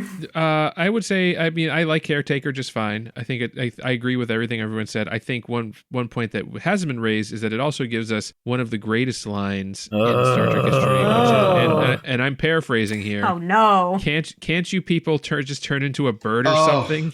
God. I think it was probably your people, but that is such a huge glaring problem with the episode. It actually knocks it down a bit. I actually managed to forget about that fucking line somehow. You did? I think I suppressed it. Wow. Or rather, I forgot think it was best. It's best if you suppress it. It's not so much that I forgot the lines, that I forgot it was in Caretaker. I forgot it was that. Yeah, it's like the introduction to the Tom Paris character in a lot of ways. I mean, that's one promise that they didn't really keep, is like Tom Paris as a horrible racist and like an asshole. Oh yeah, they wanted him to be the Kirk, and thank God. Well, they wanted him to be Kirk Drift Kirk, and luckily he wasn't. I really like how Tom Paris, like, he's another character who does evolve. Yeah. But I do think it feels less character developy, but that's also because the show is less serial. Yeah. Like, he mostly just is better eventually. Thank God. I will say, I would have loved in, like, the original concept of the show. Like, he basically got kicked out of Starfleet, and then he got kicked out of the Maquis by default of being arrested on, like, his first mission with the Maquis. Yeah. Like, I'm assuming he screwed up. And I would have loved to see that's why he's in prison. I somehow totally fucking missed / forgot that. Yeah, he joins the Maquis and then, like, first mission gets arrested and is put on a penal colony in, like, New Zealand or whatever. Oh, okay, that's why he's in jail. I see. Yeah, and that's why Janeway hires him for this mission, because he knows where the Maquis like to hang out. He didn't care about them enough to keep their secrets. Seeing the Tom Paris character go from being a total jerk to evolving into a better character, while within the context of having all of Starfleet consider him a traitor and all of the Maquis consider him a traitor, and he's, like, stuck in the middle and, like, kind of forcing to reconcile, like, wow, I've actually hurt a lot of people. And also I have would have been issues. Very, very interesting. And that's another thing that just it gets dropped. It doesn't exist in the show, essentially. Overall, too, I can't imagine, like, because I don't remember really super well when it started. Like, I remember watching it, but I don't remember my reaction. But, like, again, it was like with Deep Space Nine, like, right off the bat, they're like, here you go, welcome to this broken down piece of shit in the middle of nowhere. With Voyager, they're kind of like, oh, look, here's a Starfleet ship, there's a mission. It feels like, hey, maybe we're back in comfortable TNG world. Whoops, we're in the Delta Quadrant. And also a bunch of the characters but then it's still just TNG. Well, yes. The rest of the series. Yes, but and I think that's the problem that Rossi was talking about. Yeah, that is true. But it's still like, you know, some of these characters you just met and thought you were going to get to know, they're dead. Oh, yeah. Like in Discovery. Yeah. You know, overall, it's effective. In isolation, it's more effective because, again, you don't know that they're not necessarily going to deliver on everything, but yeah, you know, they still kind of deliver in some ways on the idea of, at least with some of the stories, like, how do you maintain your ideals when you not only are nowhere near home, but have no guarantee you actually ever will get home and have to answer for being who you are or were. You know, we get that with Equinox there. Where it's like, these people are like, fuck it, we're going to be the worst, because who gives a shit? I always took umbrage with the fact that, like, the show never really... The show had a really, really good opportunity to, like, analyze and self-reflect on what the ideals of Starfleet do actually mean, especially in a situation where you're stuck. So, and in the show, it's always presented as, you either have like Janeway's Starfleet way, which is the official Starfleet way, no compromises, or you have the Equinox where you're like genociding an alien so you can get home like 5% faster. Yeah, well, that's because Rick Berman is terrified of self-reflection. Yeah, because he would realize what a piece of shit he is. The promise of that pilot could have been something where it's like, the Maquis are not 100% wrong. And I'd love to hear more like of that. at all. In fact, not really wrong at all. No. And like Starfleet does have a lot of ideas and ideals that are really important to uphold, but they're not right about everything. God, no. So like, how do you reconcile those ideas, and not just so that like the Maquis crew like acquiesces? Like the Starfleet side would have needed to change too. Yeah. And that is something that just... Where's our Maquis show? Happen. How do we not have a show just on the Maquis? Ooh, I'd watch that. Yeah, the like Maquis existed for like 10 minutes. In and Star they're all Trek. dead. That's true. Yeah, we know but how they end. I think like Enterprise didn't exist at all, and they made a whole show about that. I mean, I'm just saying, where did that come from? I would say I'd maybe trust them to do it now. I wouldn't have trusted them to do it in the 90s. No. Right. No. I would not trust Discovery people to do it now, but like Strange New Worlds, maybe. Prodigy people. Yeah, we need Star Trek Chakotay. No, we don't, because Robert Beltran doesn't get any more fucking work. Yeah. I mean, he's getting work on Prodigy. Yeah, well, I don't like that. I like Chakotay and Prodigy is the thing. Chakotay and Prodigy is like peak Chakotay. Okay, I love Chakotay. I don't like Robert Beltran. That's the problem with genuinely good actors, is they can separate their acting from their personality. And okay, here's what you do. Yeah, they don't have him playing a transphobe on fucking Prodigy, one presumes. For Star Trek Chakotay, what you do is it opens with Chakotay having a shuttle accident. and then Mark Hamill. Yeah, I was saying, they pull him out, and he's like, well, we couldn't save your face, but you're alive. So basically, it's your answer to the 2.5 Men problem. No, my answer for 2.5 Men was they should have said, okay, Charlie Sheen has been fired because he's lost his mind. We are doing one more season. And then every episode, Charlie is played by a different actor, but no one acknowledges that it's a different actor. Like Zial? Yeah, but like literally one episode he's Emilio Estevez, one episode he's Kathy Bates. Oh my god! One episode, Kathy Bates! But always played like in the same costumes, in the same way. Kathy Bates would fucking rock those stupid bowling shirts. Until the final episode is just John Cryer and a sock puppet as Charlie, and he's controlling the sock puppet. Yes, yeah, good. That's how I would have ended that show. One season, just ended it there. And then he wakes up, and it turns out he's been in a psych ward this whole time, and the reason why he's in the psych ward is because Charlie drove him fucking crazy. Possibly. But yeah, that's how I would have ended that show. Why didn't they just rename the show 1.5 Men? Didn't the kid then leave too because he found Jesus or something? Why didn't they just rename the show One Man? They changed the name are you to fishing? John Are you having Cryer's fun? one-man show. Jake would like us to reel it in. Speaking of shows that ended, let's talk about the Enterprise premiere, Broken Bow. Which is my least favorite. I mean, I still remember what we said about it at the time, which is somehow too much happens while nothing happens all at once. Enterprise. That could be Hardcore. The tagline for the entirety of the Enterprise series. That's true. So in that regards... No, yeah, it set it up nailed perfectly. It. Yeah. I didn't see it. You didn't it's so bad. Good. It's a slog. It's a massive slog that introduces too many things, but not like interestingly or in a followable way. Nope. Yeah, it kind of sucks a big bag. So of bad. Richards. I guess if we're holding it to the same standard that we're holding the other pilots up to, the other premieres up to. Does it represent the show well? Yeah, and I would say that it does, actually. Oh, that's sad. That's so sad. Because it introduces us to things like Archer. the Temporal Cold War. Oh, no, not that. The Suliban. The Suliban. It introduces us, obviously, to the cast. Ish. Archer sucks. But I feel like it probably is a little misleading because I'm guessing that Mayweather and Hoshi get some lines in the first episode. They feature prominently in the pilot. Okay, well, we're going to have to take points for that. There's a whole side quest to go get Hoshi, to hire Hoshi to be on the ship. And Mayweather has his little floaty scene. No, we really need you. Just kidding. and Hoshi does things like, translate. Which they just give up on later in the series. Yeah, because we have the universal translator, which is her job to just read off of. Which she invents. But she invented Tawny Madison? Tawny Madison is the character from Galaxy Quest. Thank you. Tawny Newsome is the actor from that Strange New Worlds episode. No more Tawnies now than I used to. But yeah, I agree. Yeah. I agree wholeheartedly, Jake. Like, and the thing is, like, it introduces us to this shit, but I never found it interesting or captivating.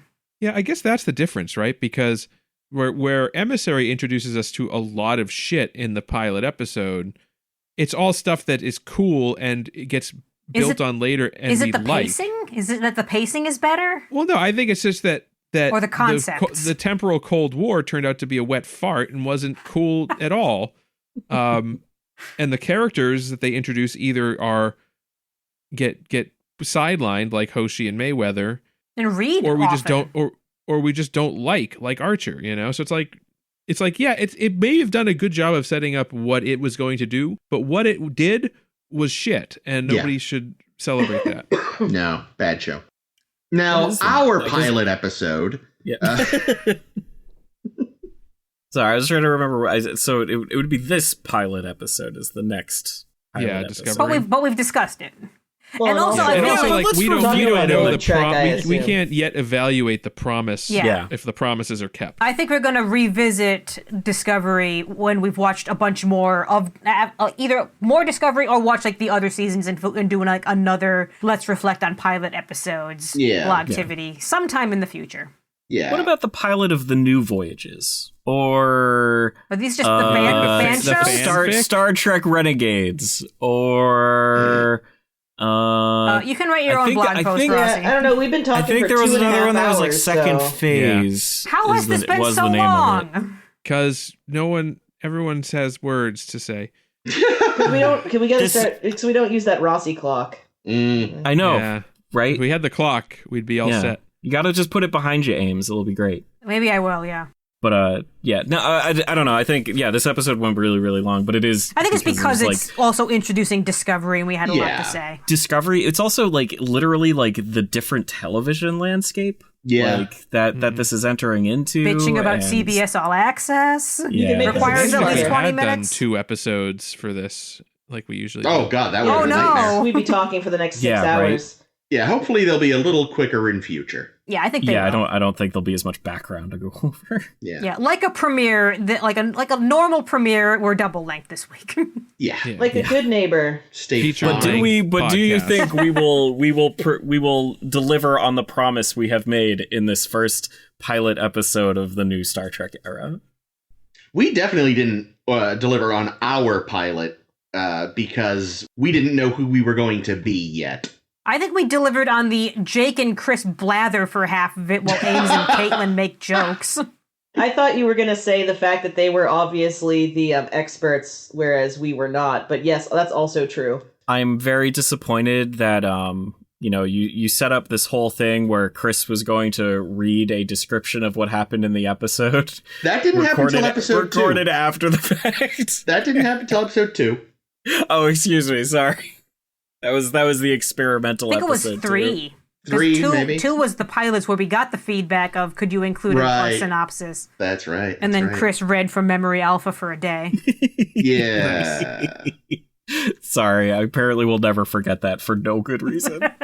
It took me several takes. Anyway. People do really prefer it when we are more succinct and clear with those, I've noticed. But yes. But fuck our fans, No, just kidding. It's gonna be a little harder, honestly, with like the nature of these episodes going forward. Yeah, because they're so plot heavy and there's always so much going on. Yeah, it'll be interesting. Good luck to us in the future. Yeah. Good luck, future us. We're doing great. Fuck you, future James. What is future us up to? So who's outroing? Oh man, it should be Jake! Oh, is it time, Jake? No. You could have ended this at any moment. You could have just ended it. Jake's here doing his fishing reel thing, reeling it in. So that's what I was going to ask. Well, everybody, this has been a star to steer her by. Oh my. The Star Trek podcast. Oh God, so loud. Thank you all for listening, as always, to our podcast, which you can catch online at www.sshbpodcast.com. I actually don't know if there's a www. You can also find us on... It's not necessary. it's fair. You can also find us on Facebook, SSHB Podcast. Sorry to steer her by. That's the name. SoundCloud. And our home on the web, SoundCloud, which is where you can download all of our podcasts, and through Apple, Google, and whatever podcast app you may be using. We're no longer on Twitter because fuck that website. But yeah, if you do download us, make sure to give us those 5 stars. It really helps us out. You'll find that the last the last any review we got was like 8 years ago, and before we even started. And one of us probably wrote it.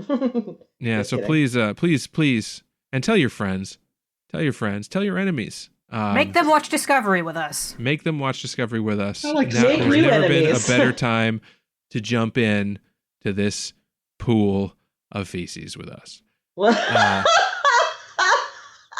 My name is Jake, and I was joined today by Chris, Ames, Caitlin. I'm James. Klingon. I'm James. Thank you, James. I had no idea you were fluent in Klingon, James. That's amazing. Yeah. Thank you. And bye. And it's always set your sun to the stars. How did that go? Time is the fire in which we burn. Time is the fire in which we burn, and remember to tip your yeoman. Time is the fire in which we Michael Burnham. Damn it, I was about to say that. In which we Michael Burnham. Excellent. Call the Michael Burnham unit. On Discovery, shouldn't there? Because that's like there should. Yeah. Interesting. Anyway. There should be a show called Yeomans. No, there shouldn't. That's Star called Trek Lower Yeomans. Decks. Good Yeomans.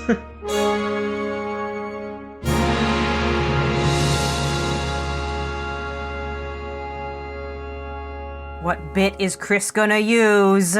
Nothing, I was burping. Oh.